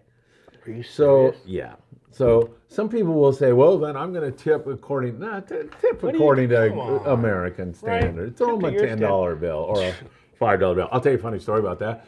That guy, Pete Thomas, when he was working for the LA Times, he jumped in the swimming pool and he had all his cash in his pockets. So he goes up to his room. This is great, Brian.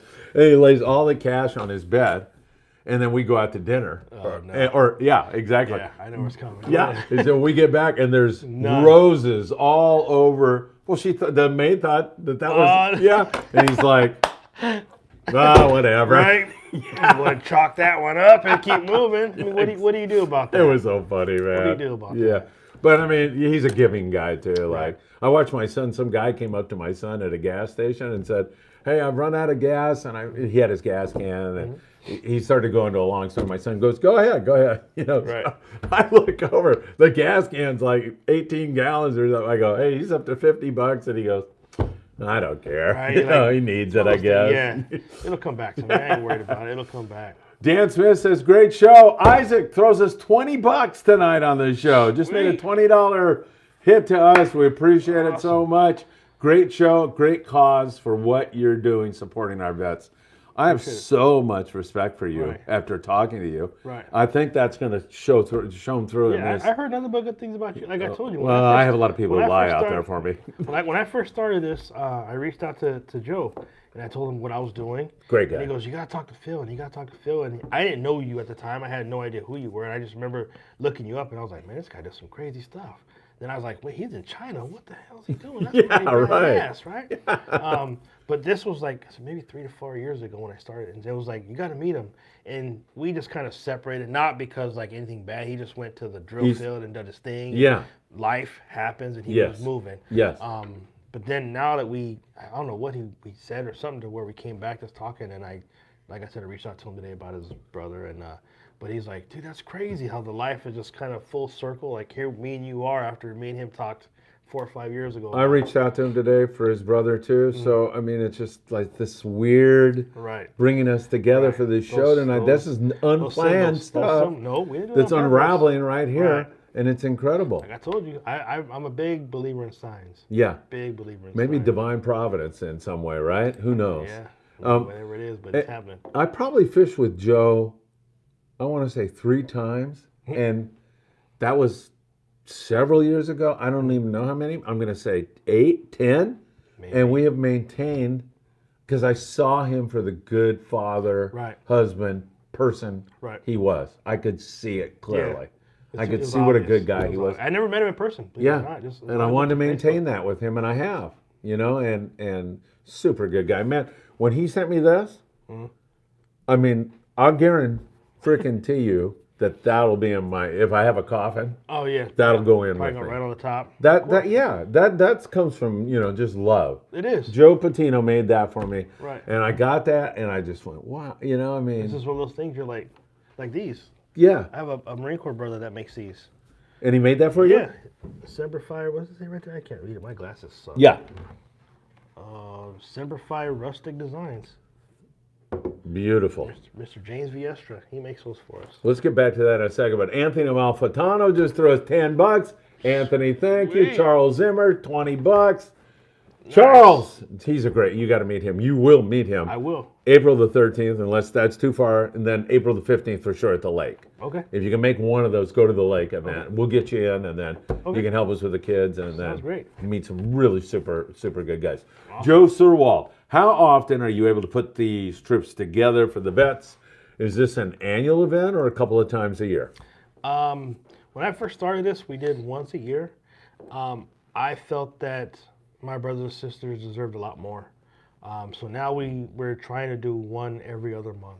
Every other month we're trying to, depending on obviously fundraising, if we're able to put it together and raise the funds to do it, I'll do it every month. But in a perfect world, you'd do it even more if you were able to raise the money, right? If I, like I told you, if I had the one-offs where it's just 2 or 3 people, I'd do it every month. Yeah. Every month. I say, hey, I got a trip for 3 on this month, 4 on this month, and in conjunction with our bigger 20 to 25 20 to 25 passenger trips. But I recommend if you're going to register for a trip, I know this is going to come off kind of crazy, Friday, September 8th is our biggest trip of the year. We call it Operation Anacapa. We take over 150 out, 5 boats out of Channel Islands. We start there in the morning around 7, or you check in is between 6 and 6:30. We're on the boats by 7. We fish until 11 ceremony, as I explained earlier. We come back at 3:30 to a big barbecue dinner provided by the Ventura Downtown Lions Club right there on the landing. And that's the one you need to be on. That's the trip of all trips. So is that for the veterans or? Yes, sir. Oh, okay. And people can go on it also, or what? That sounds great. So it's a big event. Like I said, we take about 150. The most we had 5 boats. We had 186. And how do you sign up for that? That'll once again subscribe on the webpage. Okay. And then as that trip, once I get ready to announce it, I'll send the email out and you'll see it'll fill up. And it's missionfish.org? Missionfishusa.org. Missionfishusa.org. Perfect. Right. Joe Surwald sure would respect some of these tackle companies and rod and reel manufacturers if they pitched in for your cause. I'd support them more in my purchases if I knew they supported our service members. Yeah, I get that, 100%, of right? course, of Yeah, you course. want to support those kind of Of course. people. Brian, do you feel like I feel like when I did that year in Costa Rica, I did those 2 years in Mexico. Well, just take Costa Rica. I was a young kid, so I was flying back, and I'd been the first time I'd been away from my parents, so I was Right. homesick, and Of course. it was a year away from home and everything. I remember getting on that plane, and looking down, and thinking how much more I got out of it than I actually gave to the people. Do you feel like you personally get a lot out of these trips I also? do. I get when I first started the nonprofit, um, it was more geared towards. I know I don't want to sound selfish, but it was geared towards me trying to help me. Like, how can I help them help me? Yeah, And as the nonprofit grew, and as I grew, and as I was able to understand my PTSD and my anxiety and my depression, now I get more of it from watching the whole trip evolve, watching the execution from the beginning to the high fives and the tears. Once I see that, that's when I'm like, ah, cathartic for you, yeah, probably, it's right? like that was it, that was it. And What then was? Did you ever get to the origin of your depression? Was it trauma in the military, or we had with? And if you don't want to say, yeah, we had one event in the Marine Corps, but then when I lost my brother, yeah, and then I lost my grandmother, yeah, and then it was just way too much, too fast. Yeah. It was like within a year, and I was like, I'm done. Did you turn to alcohol or anything? or- No, I just turned to more self by myself. Don't want to be yeah, around you nobody. want to be alone. Yeah, and sleeping a little too much, and I was, maybe. I was a single dad. Yeah, I took it out on my kids. I didn't beat them or anything like that, but I just knew I know I verbally abused them. Like, okay, and it wasn't the fact that it was them; it was me. yeah. It was the fact that I just couldn't deal with what I was dealing with at the You're time. very honest about all this. Oh, yeah. And you're honest because you know somebody out there is Oh, I just know. going through this. Oh, yeah, and that's why- and they can I got come out nothing- and be like oh, you. Of course. I'm the same thing, man. Yeah, As I'm just an like- alcoholic, same thing. Right. You And I know? was just like, man. So, but now that I've came this far and I talk to my kids in a different tone now, I respect my kids a lot more than I did then because I didn't know that how to. I mean, I was 21, 20 years old, going in the Marine Corps, going overseas for 10, doing 10 years in the Marine Corps. Yeah. So my kids went from 0 to 10 years. I mean, they grew up with me, but they didn't grow up with me. Right. If that makes sense. Yeah, it does. I was there, but I wasn't there mentally. I was there physically, but I wasn't there mentally. I was Yeah. just so focused on the mission of, okay, the next time I got to do this, I got to do this. I really didn't give my kids that opportunity. Yeah. So when the anxiety and depression kicked, when my grandmother passed, and my brother passed, and I just went into that deep hole, and I thought, this is not going to end well for me. Until God, I told you, same thing with me. and my brother Jason Chesbro took me fishing that one time, and then speaking to Kevin on that boat, and that's when I knew I had a lot more to live for. Kevin Brannon, you're talking about. Yeah. I had a lot more to live for, and I got, if I can make it, they can make it. So, Yeah. Kevin Brannon's one of those guys brimming with positivity, man. right? Yeah, I don't know how he does it. He's a great I don't know guy. how he does it. Really great Me person. and him, we talk. We don't talk as much anymore because I moved out to Victorville, but it's like like your best friend. Like, you don't have to talk to them every day to know, because I mean, obviously he's on Facebook and social media, so I can see him from a distance. But he knows, or I know, if there's something going wrong, I'll reach out immediately. Hey, you good? I usually check on maybe 10 to 15 people a day, just random text messages. Hey, you good? Just checking in. Yeah, because they're. Because even if I seen them doing something positive or in a good mood, I still check on them. Yeah. It's just, that's part of my nature. I just Yeah. want to make sure that they're okay. Yep. And that I'm here. I'm still here. Yeah, me too. I do the same thing. I know a person who's going through some difficult situation now, and I'm checking with them all the time, making sure that Yeah, just drop you a got a little- few of those. Just drop people. a little bit. Hey, man, just checking Right, in. right. Love you, thinking Right. about Yes, you. sir. Yes, Yeah, sir. definitely. In fact, I'm sure you and I will probably be sending that note to Oh. our buddy Joe Patino tomorrow. Oh, yeah. I'll check on Because them he's again. going through a very difficult Oh, man, time. it's rough. It's a rough patch. Yeah, It's a rough patch. And like he told me, he had plans for him and his brother this summer and things, but now it's just another chapter to write. I mean, another story to tell. yep. Brian Barber, Changing the World with Mission Fish. If you have a question for him, please, while Brian is still here, ask that question. You know, treating depression sometimes can be treated with drugs. It can be treated Alcohol. with therapy. Right. It can be treated with many ways, but just the behavioral change that sometimes that can be the thing. I remember when I went to AA the first time, the guy says, "What's your problem?" And I said, "Well, I drink too much. That's my problem." And he looked me straight in the eye, and this still resonates with me. He said, "No, you got something inside of you. I don't know what it is, Right. but alcohol is the way you've chosen to treat your problems. How's that working for you?" Right. And I looked at him and said, "Not too good." Yeah, I don't think it is. Yeah, but it made sense finally. I went through that with my dad, so yeah. I know exactly what you're talking about. Yeah. My dad went through AA, and I remember going to see him in the hospital and thinking, this is crazy.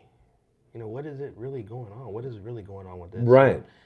Because as a kid, you can't fathom what's happening. Yeah, no idea. I didn't know it was that big of a deal. Yeah. I just thought it was the way that People adults were. Yeah, they would drink every night. They did. Yeah, I thought that was part of the norm. Yeah. So I was like, yeah. But I mean, my dad, like I said, he lost his family with that because him and my mom divorced, and I became the man of the house, and I was like, At what age did you become the man of 13. the house? Whoa. yeah, 13. Talk about that a little bit. Right, With the immense amount of pressure and responsibility on a 13-year-old. How did you do that? I had a good teacher. My grandfather was the best. My grandfather took me in. He taught me how to be a man. My grandfather and my grandmother both. They taught me really well, like how to be respectful to my peers and my adults. And I gave my mom a lot of credit because, like I said, she was a single mom. I mean, doing She had to go to work, raise her kids. She would work 2 jobs, and it was me and my sister and my little brother. And then when my cousin, who I call my brother, when he was 9, his mom passed away. So when he was 9 years old, he came to live with us. And ever since then, he was my brother. He wasn't my cousin anymore. This is my brother. This, you know, when you share a bed with somebody and you share clothes with somebody and you share a room with somebody, they're your brother. I mean, that cousin line went out the window then. That day he came to the house, it was, okay, it's my brother. So having me, him, my sister, and my little brother, and my mom just doing her thing, like I had to help out as much as I could. And I think that's what kind of drove me to be the man I am today, because I know the struggle. I know what it's like now. And that's why I give my mom a lot of credit for giving me the tools to be who I am. God, you and your family, man, talk about role models. Right. I mean, seriously. Trying. You guys are, and you're so honest. I mean, you're talking about you failed in some cases. Right. And you're very honest about that, but some people fail and then they throw their hands up and that's the end of the story. Right. Some people fail and it's just part of the process and you end up being a better person at the end of it all. You have to, there's certain things in life you have to go through. Yeah. You have to experience it. You can't say, going to Australia is horrible if you've never been there. Right. Mexico, Right? Jessica. Yeah, right? You can't, right? Living in Jessica. Come on, living in Jeff. Jessica. Right, come on, living in Jeff. Mexico, Jessica. Come on, Jess, we got to go. Let's go. 5 years. That's a 5-year plan. But you can't discourage an experience if you haven't done it. You can't. No. How could you sit there and say like, well, you're a sorry fisherman. Do you fish? No. What? I mean, so you have to experience things in life. Like, life has its ups and downs, but it's part of the process. It's part of the process. I mean, to me, it never ends. You should always want to learn something. Always want to give somebody something, whether it's positive feedback, whether it's constructive criticism, something. You got to give somebody something. You can't keep it all. I mean, what good is it you hoarding all the information? You'll share that wealth. Yeah, exactly. And the fact that you went through this depression and came out, when you see somebody who's going through it, I think you're more able to say, I've been there. Yes, sir. I know how to help you through this. If you'll just listen to me. Right. And same thing with alcoholics. I can smell an alky. Mile away now. Yeah, I know exactly what's going on. You're not going to BS me because I was the biggest BSer that ever lived. Yeah, I was that guy. When you're an alcoholic and your lips are moving, you're lying. That's the end of it, man. I'll tell you. That's funny. Typical story. I'll tell you. My wife Ruth put up with me. I don't know why she did, but she did. And so I would. This one time I got O'Doul's. Mm-hmm. So I had my bottle of vodka in a trash can next to me with the trash on top of it. Yeah. And so she comes up to me one day and she goes, in Spanish, of course, but she goes, "You smell like alcohol." She's looking at me, and I go, "Ruth, I'm drinking these dumb O'Douls for you. I'm stopping drinking." She's looking at me going, "You're smelling like alcohol." And I go, "These things, they smell like..." Yeah, it's supposed She to. looks down, moves the trash, puts the bottle up, and Busted. didn't yell at me, didn't anything. Just Costa Ricans are really good at this. Like, "You have ripped my heart out," Right. and she's really good at that. And man, I Right. felt terrible. Right. But That once guilt, again, like, I was I was trying to pull a fast one That guilt. while I'm poisoning myself and killing myself. And I think I'm so smart Right. because I'm pulling it over and nobody's fast falling one. for Nope. it. And that's the thing. I think time, as you get older, you like I said before, you learn to understand that. Like there's no need to BS anybody anymore. You can't. What's the point in it? There's no point. It's a waste of time and energy. How old are you? I'm 48. Yeah, you're a young guy still. I've got you. You're looking at me like I'm not young. Hey, I'm 65, man. I'm Yeah, old. I'll be 49 in September. Man, that's great. September what? 24th. Ooh, you just missed my son Patrick, 23rd. That's my daughter. Really? Yeah. No way. We're gonna have to celebrate together. Yeah. Oh, you can understand. I was hoping she was coming on my birthday, but she decided to have her own day. She got on the Friedman lucky number, man. All right, there it is. I was March 23rd. My brother's February 23rd. Patrick, my son, is September 23rd. And my dad played college football at Ventura JC and played against, in the Rose Bowl, not the Rose Bowl game, but in the stadium, Jackie Robinson. And if you believe my dad, I don't know if this is true, he made an open field tackle on Jackie. I'll take it. But I got the program, and sure enough, Jackie Robinson and my dad, number 23. So that's our lucky number. So your daughter's got a good number there, man. 23. Hear that, Cope? Number 23. I love it. That's one of my heroes, Jackie Robinson. Oh my Man, God! that Yeah, guy. my dad just ingrained in me how that meant the world to him. That meant the world. That guy means the world to me. I mean, I was able to go to Kentucky and going into the Louisville Slugger Museum and seeing that, and I was like, wow. Yeah, right? I got to hit a baseball with his bat. Wow. Not his actual bat, but they make replicas Yes. of his style hip, and I got to hold his bat, and that guy swung some lumber. Yeah, oh yeah, That yeah. guy swung some lumber. You remember a guy named Ernie Banks played for the Chicago Cubs? Yeah. So my dad was a security guard at Harbor Hospital when Ernie Banks' son was born, and he helped. Ernie was there, and my dad helped him, and blah, blah, blah, blah, blah. So we go to a Dodger game. They're playing the Cubs, Ernie Banks. So I don't know when this was, the 60s or Right. 70s, whatever it was. And so it was almost, I wanted to cry, but at the same time. So my dad goes, we're back there, and Ernie Banks is signing autographs and everything. And my dad goes, "Mr. Banks, do you remember me? Friedman, Albert Friedman."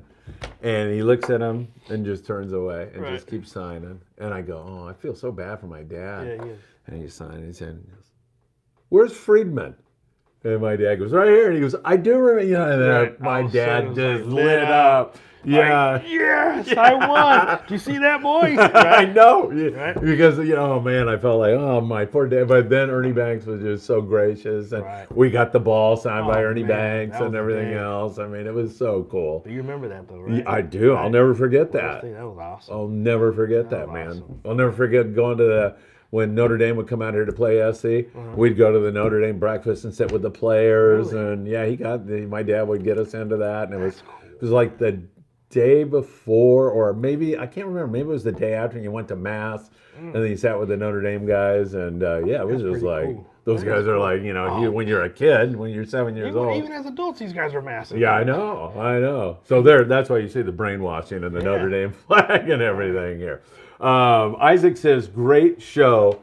A lot of real stuff that everyone goes through. A lot of people can't be this real. Yeah, you are totally real. And you're very honest about everything. And that makes a huge difference. And what you're doing, man, I got to tell you, I'm going to start crying. You're going to have to run over there and get a Kleenex there pretty soon. I got a shoulder, man. We'll share it together. But it's just one of those things. It's just, it's time.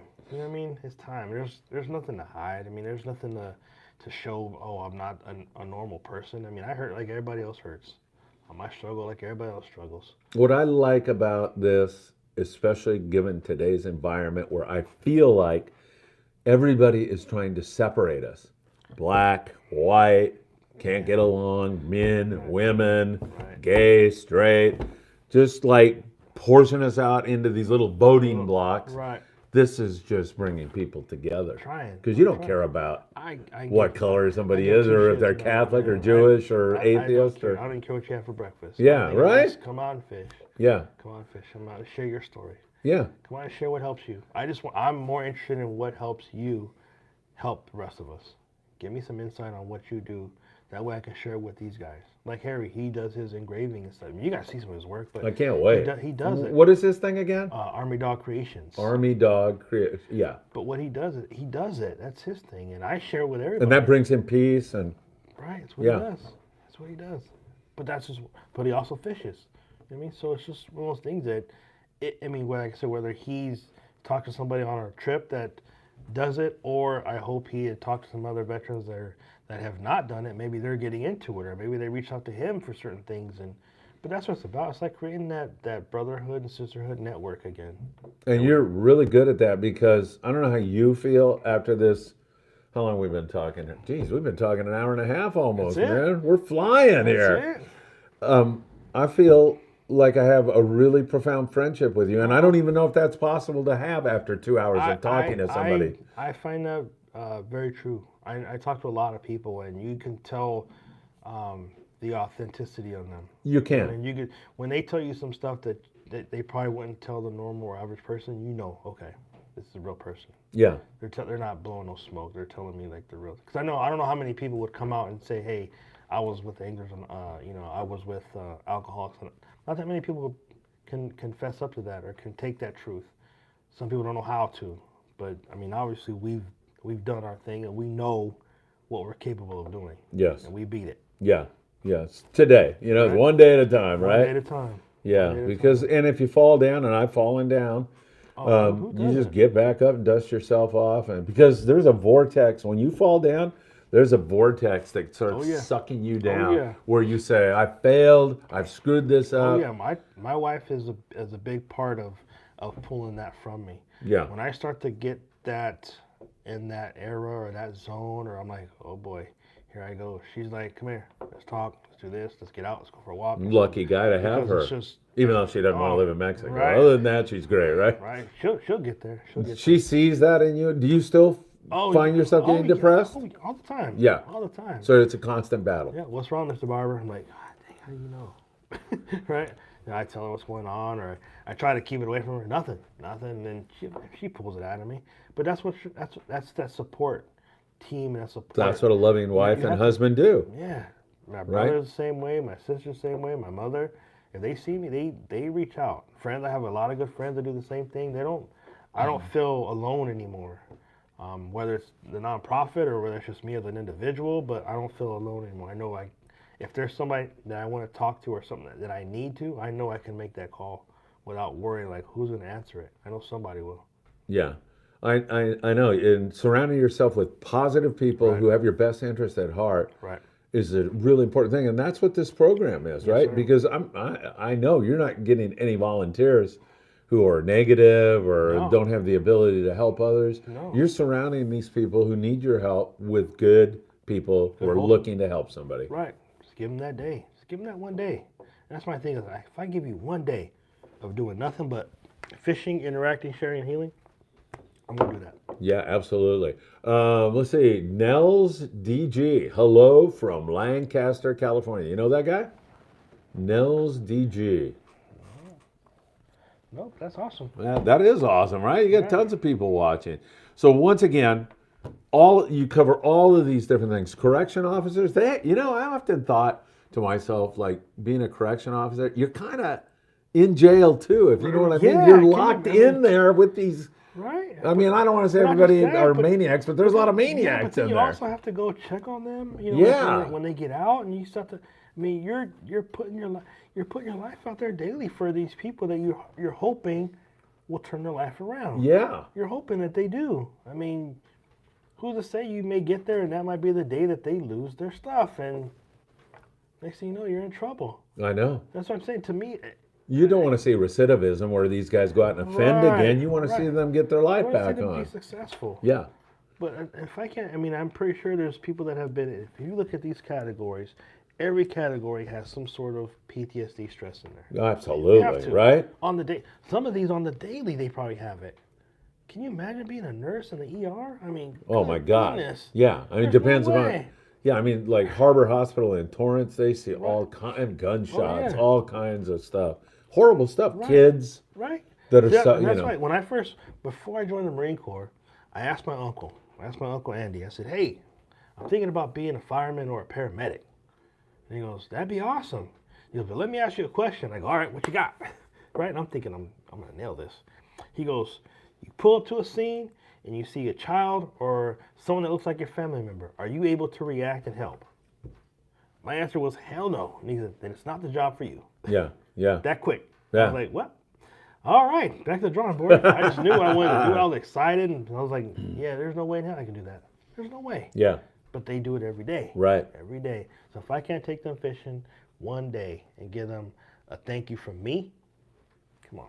Dispatch are the people like that are answering the 911, 911 yeah, stuff. right. So it's got to be going through their heads. Did that person make it? How did they come out of Right, this? I mean, hearing the I story. did my best. Right? You know. I've seen movies where they're, like Yeah. the 911 operators dealing with stuff, and I'm Yeah. just like, I couldn't.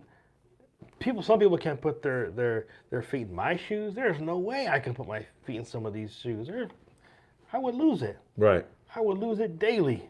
Yes. I'm like, yeah, no, I'm crying again. Gotta go. You know what I mean? Up. Yeah. Crying again. Gotta go. Like, Barbara, it's not for you. You're right. It's not for me. Yeah, dealing with kids and Everything. stuff like that would drive me Everything. crazy. I don't know if I can Nuts. handle that. I couldn't do any of that. Yeah, the do kids any of thing, man. I don't know. You know, But that's, just kids, parents, sisters. I mean, I got nieces and nephews, grandchildren. So there's no way. I just couldn't. I don't think I could do it. I couldn't. But they do it every day. And they do it every day. And they do it, clock out, go home, and they do it again the next day. I salute you guys. Yeah, 100%. 100%. Nels DJ, I watch your daily briefing every day. There you go. That's you. I just started watching your show this past month. Thank There you it so is. much. I'm so proud to have you on this show. Really, really appreciate that. Tomorrow night we start a new show at the Tackle Shop, and that will be filmed over at Island Fishing Tackle in Carson, California, 6 p.m. with Sam De La Torre. I know you're going to love it. It's a live show, so you can ask all kinds of questions. Nice. Greg Buchert says, Brian is the fisherman. Yes, he is, Scott. Yes, you're the fisherman. You're more than that, though. I'll tell you guys what. What are you? You got all these different roles. I suck at fishing. I do. That's not your job. No, people think that since I run this nonprofit, like I'm this expert fishing. Like I know all the. I'm not gonna lie to you. I do not even know how to tie a knot. I know how to tie my sinker. That's as far as I go. Hey, well, That's it. I get on the boat. I get my rod and reel, a deckhand. Here you go. Set me up what we're using for the day. I get next to my participant, my brother or sister, drop it to the bottom, crank it up 3 times, and I wait. That's how I fish. yeah, I mean, I've gone from a hardcore, like my brother and I, when we fished hard. I can imagine. I mean, whatever the average, like if there was 30 guys on the boat and they had 30 albacore, one fish per rod. If we didn't have 3 per rod, we sucked. Right. Okay, and we held ourselves in. We fished hard, and we knew. Right. But I've gone from, and I can still bounce a yellow tail up in the bow. I can still, but I'm getting old. But I do so much videotaping and so much of that in the business now and content. I know there's 90% of these guys are better than me now. man. You know, because they're really focused and working hard at it. I'm more into providing them with the information to make them better. And so there's only so many hours in the day, right? Right. Yes, sir. And your goal is not to catch fish in the job that you have. Your goal is to help these guys and women who come out with you. Give them that therapy. What's the percentage of men to women on your trips? Believe it or not, I would say about 75 men, 75% men to 25% women. I'm shocked that it's that high on the I women. hate that number. I hate it. You want to see it more Oh, equal? man, equal. I Yeah. have to. And believe But it or not, there's way more men in the military. Of course. But my It's thing is it's when probably pretty representative. right. But my thing now that I'm adding, Oh, now yes. that I've added this, and a lot of them know because we had during the shows. Like when we get a female, oh, I'm a female veteran, I'm a female first responder. Okay, where's my wife Jessica? Jessica runs usually in July she does an all-female trip, and that one she takes about 20 females, whether they be on this list or family support members. But to me it's just getting them out there because I like I told you before, my mom's a single mom. My wife at one time was a single mother herself. and I respect my women so much more. Yeah. So much wholeheartedly. 'Cause Yeah. It's just without them, there'd be. I no got to us. meet Jessica one of these days. She can actually talk to my wife, right? She Right. speaks Spanish. Oh yeah, fluently. Fluently. She was at the show. She was having a good time. She usually runs the booth. Oh, I for me. think I saw her Yeah, there, but but like you said, we were. It was just more. running, right?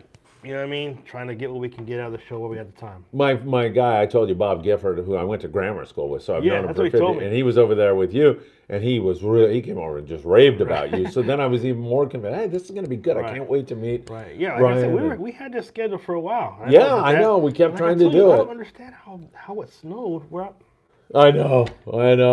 That's funny. Like, wow. Oh wow, it's snowing. All right, Tim P. Oh, this is not on the topic, but in your opinion, what was the better of the three recent shows, PCS, Long Beach, or Del Mar?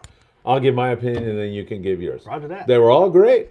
They were a little bit different. Different levels. Bart Hall's making a comeback. It wasn't the big show that it was from before, but it was well attended. The enthusiasm was there. It was a great show. Yeah. It's just that the bar was way up here from the previous show. Right.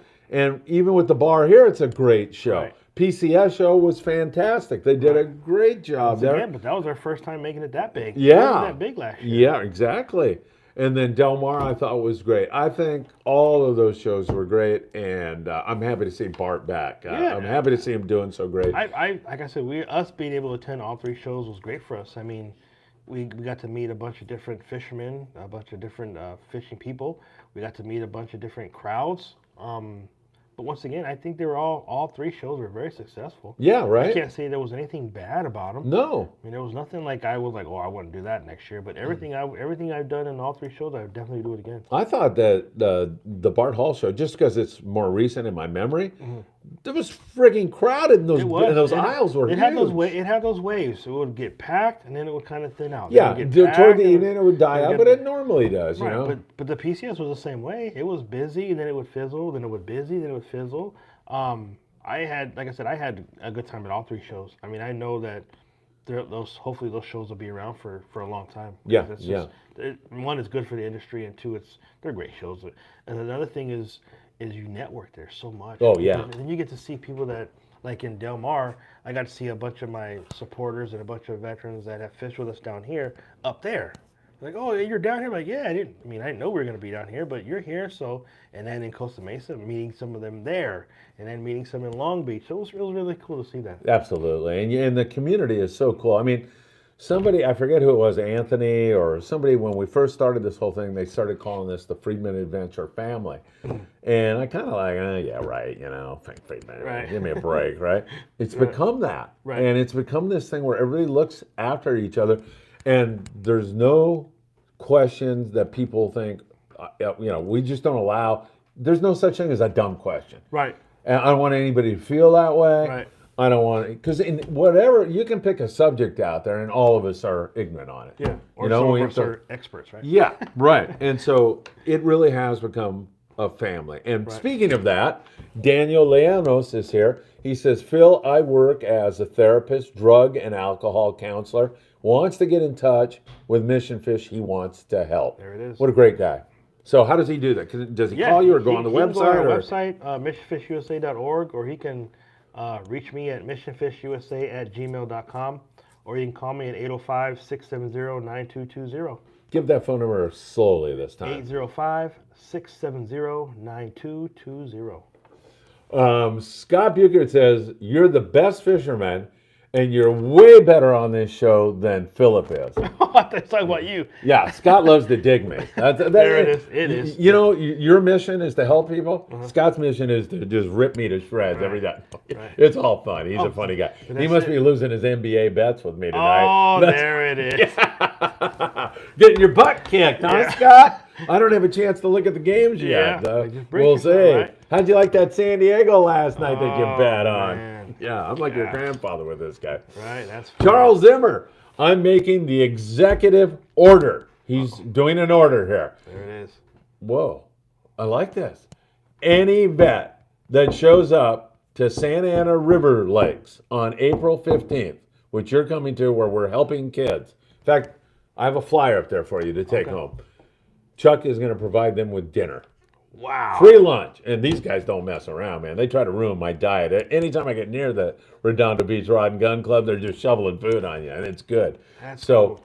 yeah, I mean, you can offer that to any of your vets. Let's If do they it. go to the lake, they got to buy their entrance in. Right. But How much is the entrance? lunch is, I We'll think it's like figure it out. $20 We'll or figure it something out. like We'll that. figure Yeah, it I'm not sure, but I think that's what it is.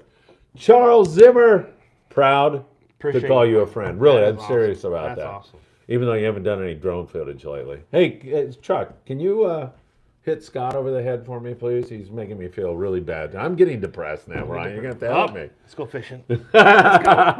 I know they got some boats leaving tonight, right? Yeah, no, got it's some too folks- windy, man. Is Everybody's it? in. Another day. And then weather, by the way, I'm glad you brought that up. Weather tomorrow and through the weekend is gorgeous. There's not going to be much wind at all. Things are going to settle down. Hopefully those yellows will start biting again at the Coronado Islands and calling it. Hopefully we'll find that bluefin tuna. Rock fishing should be fantastic. The Pride had halibut and white sea bass recently. That should get going, but I'll cover all that with you in a few more hours on the morning briefing when I get up at 4 o'clock in the morning to do it. Steve Bermudez, God bless the families who dealt with their soldiers when they come home. I had 3 uncles that served in World War II, and every time they heard that I went fishing, the love of alcohol kept them away. So, yeah, I mean, that can be a problem, right? Yeah. I'm a guy who used that as a Yeah. crutch, and, Right. you know, it's not a good crutch, man. But like I said, I appreciate you for owning it. Yeah. I mean, because some people don't. Hey, you know, I mean, you screw up enough times, you just finally to. give up and own it, right? to. Yeah. Yeah, you're not fooling anybody. Right? Yeah, Some people don't understand that part. yeah, yeah. They don't get it. Acme, can I bring my pops down? He's a Korean war vet. I'm sure, right? Yeah, Of course. yeah. I don't know if you're talking about the Yeah. Santa Ana River event Or with or a Mission. future event with Brian, but yes to both of those for Yes, sure. sir. And let's see, AKA the Sack Chuck, I'm in. So he's a vet. He's going to cash in on that free lunch from the Redondo Let's Beach do it. Rod That's- and Gun that's Club awesome. guys. Well, Brian, is there anything that we haven't covered tonight? It has been, I mean, we could go on and on, but Right, I've we could be learned here for hours, man. I've learned a It's lot talking- about you, it's like and talking to a good uncle. I mean, someone that just knows. I really feel the same way about you. I've learned a lot. I feel like I have a little window into your soul, Right. and you're a truly good person. Not only a good person, but someone who's overcome obstacles in their life, who's very honest. And if I were going to put somebody who was having some troubles in the care of somebody, you'd be my first pick because I Appreciate can it, sir. see the love, I can feel it, and you're an incredible human appreciate being. you. Yeah. Appreciate you. Thank Anything else that you'd like to say before we say goodbye? Any more questions, anybody? Before we go, almost 2 hours, man. Good job tonight. I'm good. I'm good on my end. You are? Yeah. Like I said, I thank my team. I thank you for giving me the opportunity Oh here. man, I'm the one who's honored. Right. We couldn't be here without you guys, without the support from you guys. Why don't you? Well, hold on. Yeah, go ahead. I'll let you sign off by giving all of your contact information. right. Since we have kind of a limited budget here, I'm the director also, so I'm going to run behind the Do your camera, thing? All and right. I'll let you finish up. We have our social media platforms, Mission Fish USA. MissionFishUSA.org is our website. Our email is missionfishusa@gmail.com. And our phone number, 805-670-9220. Remember, go to the website, missionfishusa.org. Scroll down about halfway. There's a subscribe button. Click that subscribe button. Send me all your information. I do send out, we're going to start sending out some newsletters. Going to start sending out some coupons to buy our merchandise. And that's where you will get all your information as far as for the upcoming trips, all the tournaments and fundraisers, and all the events that we have planned for the rest of the year. Brian, fantastic. Isaac says, great show, guys. Nels, DG, Phil, you're the man. Great show. Thank you. Brian, once again, thank you for all you, sir. you do. You appreciate are you. an awesome human being, and I'm proud to call you my friend now. Hoorah. All right, take care, everybody. We'll see you again tomorrow night and tomorrow morning. More Friedman Adventures. Brian, thanks again.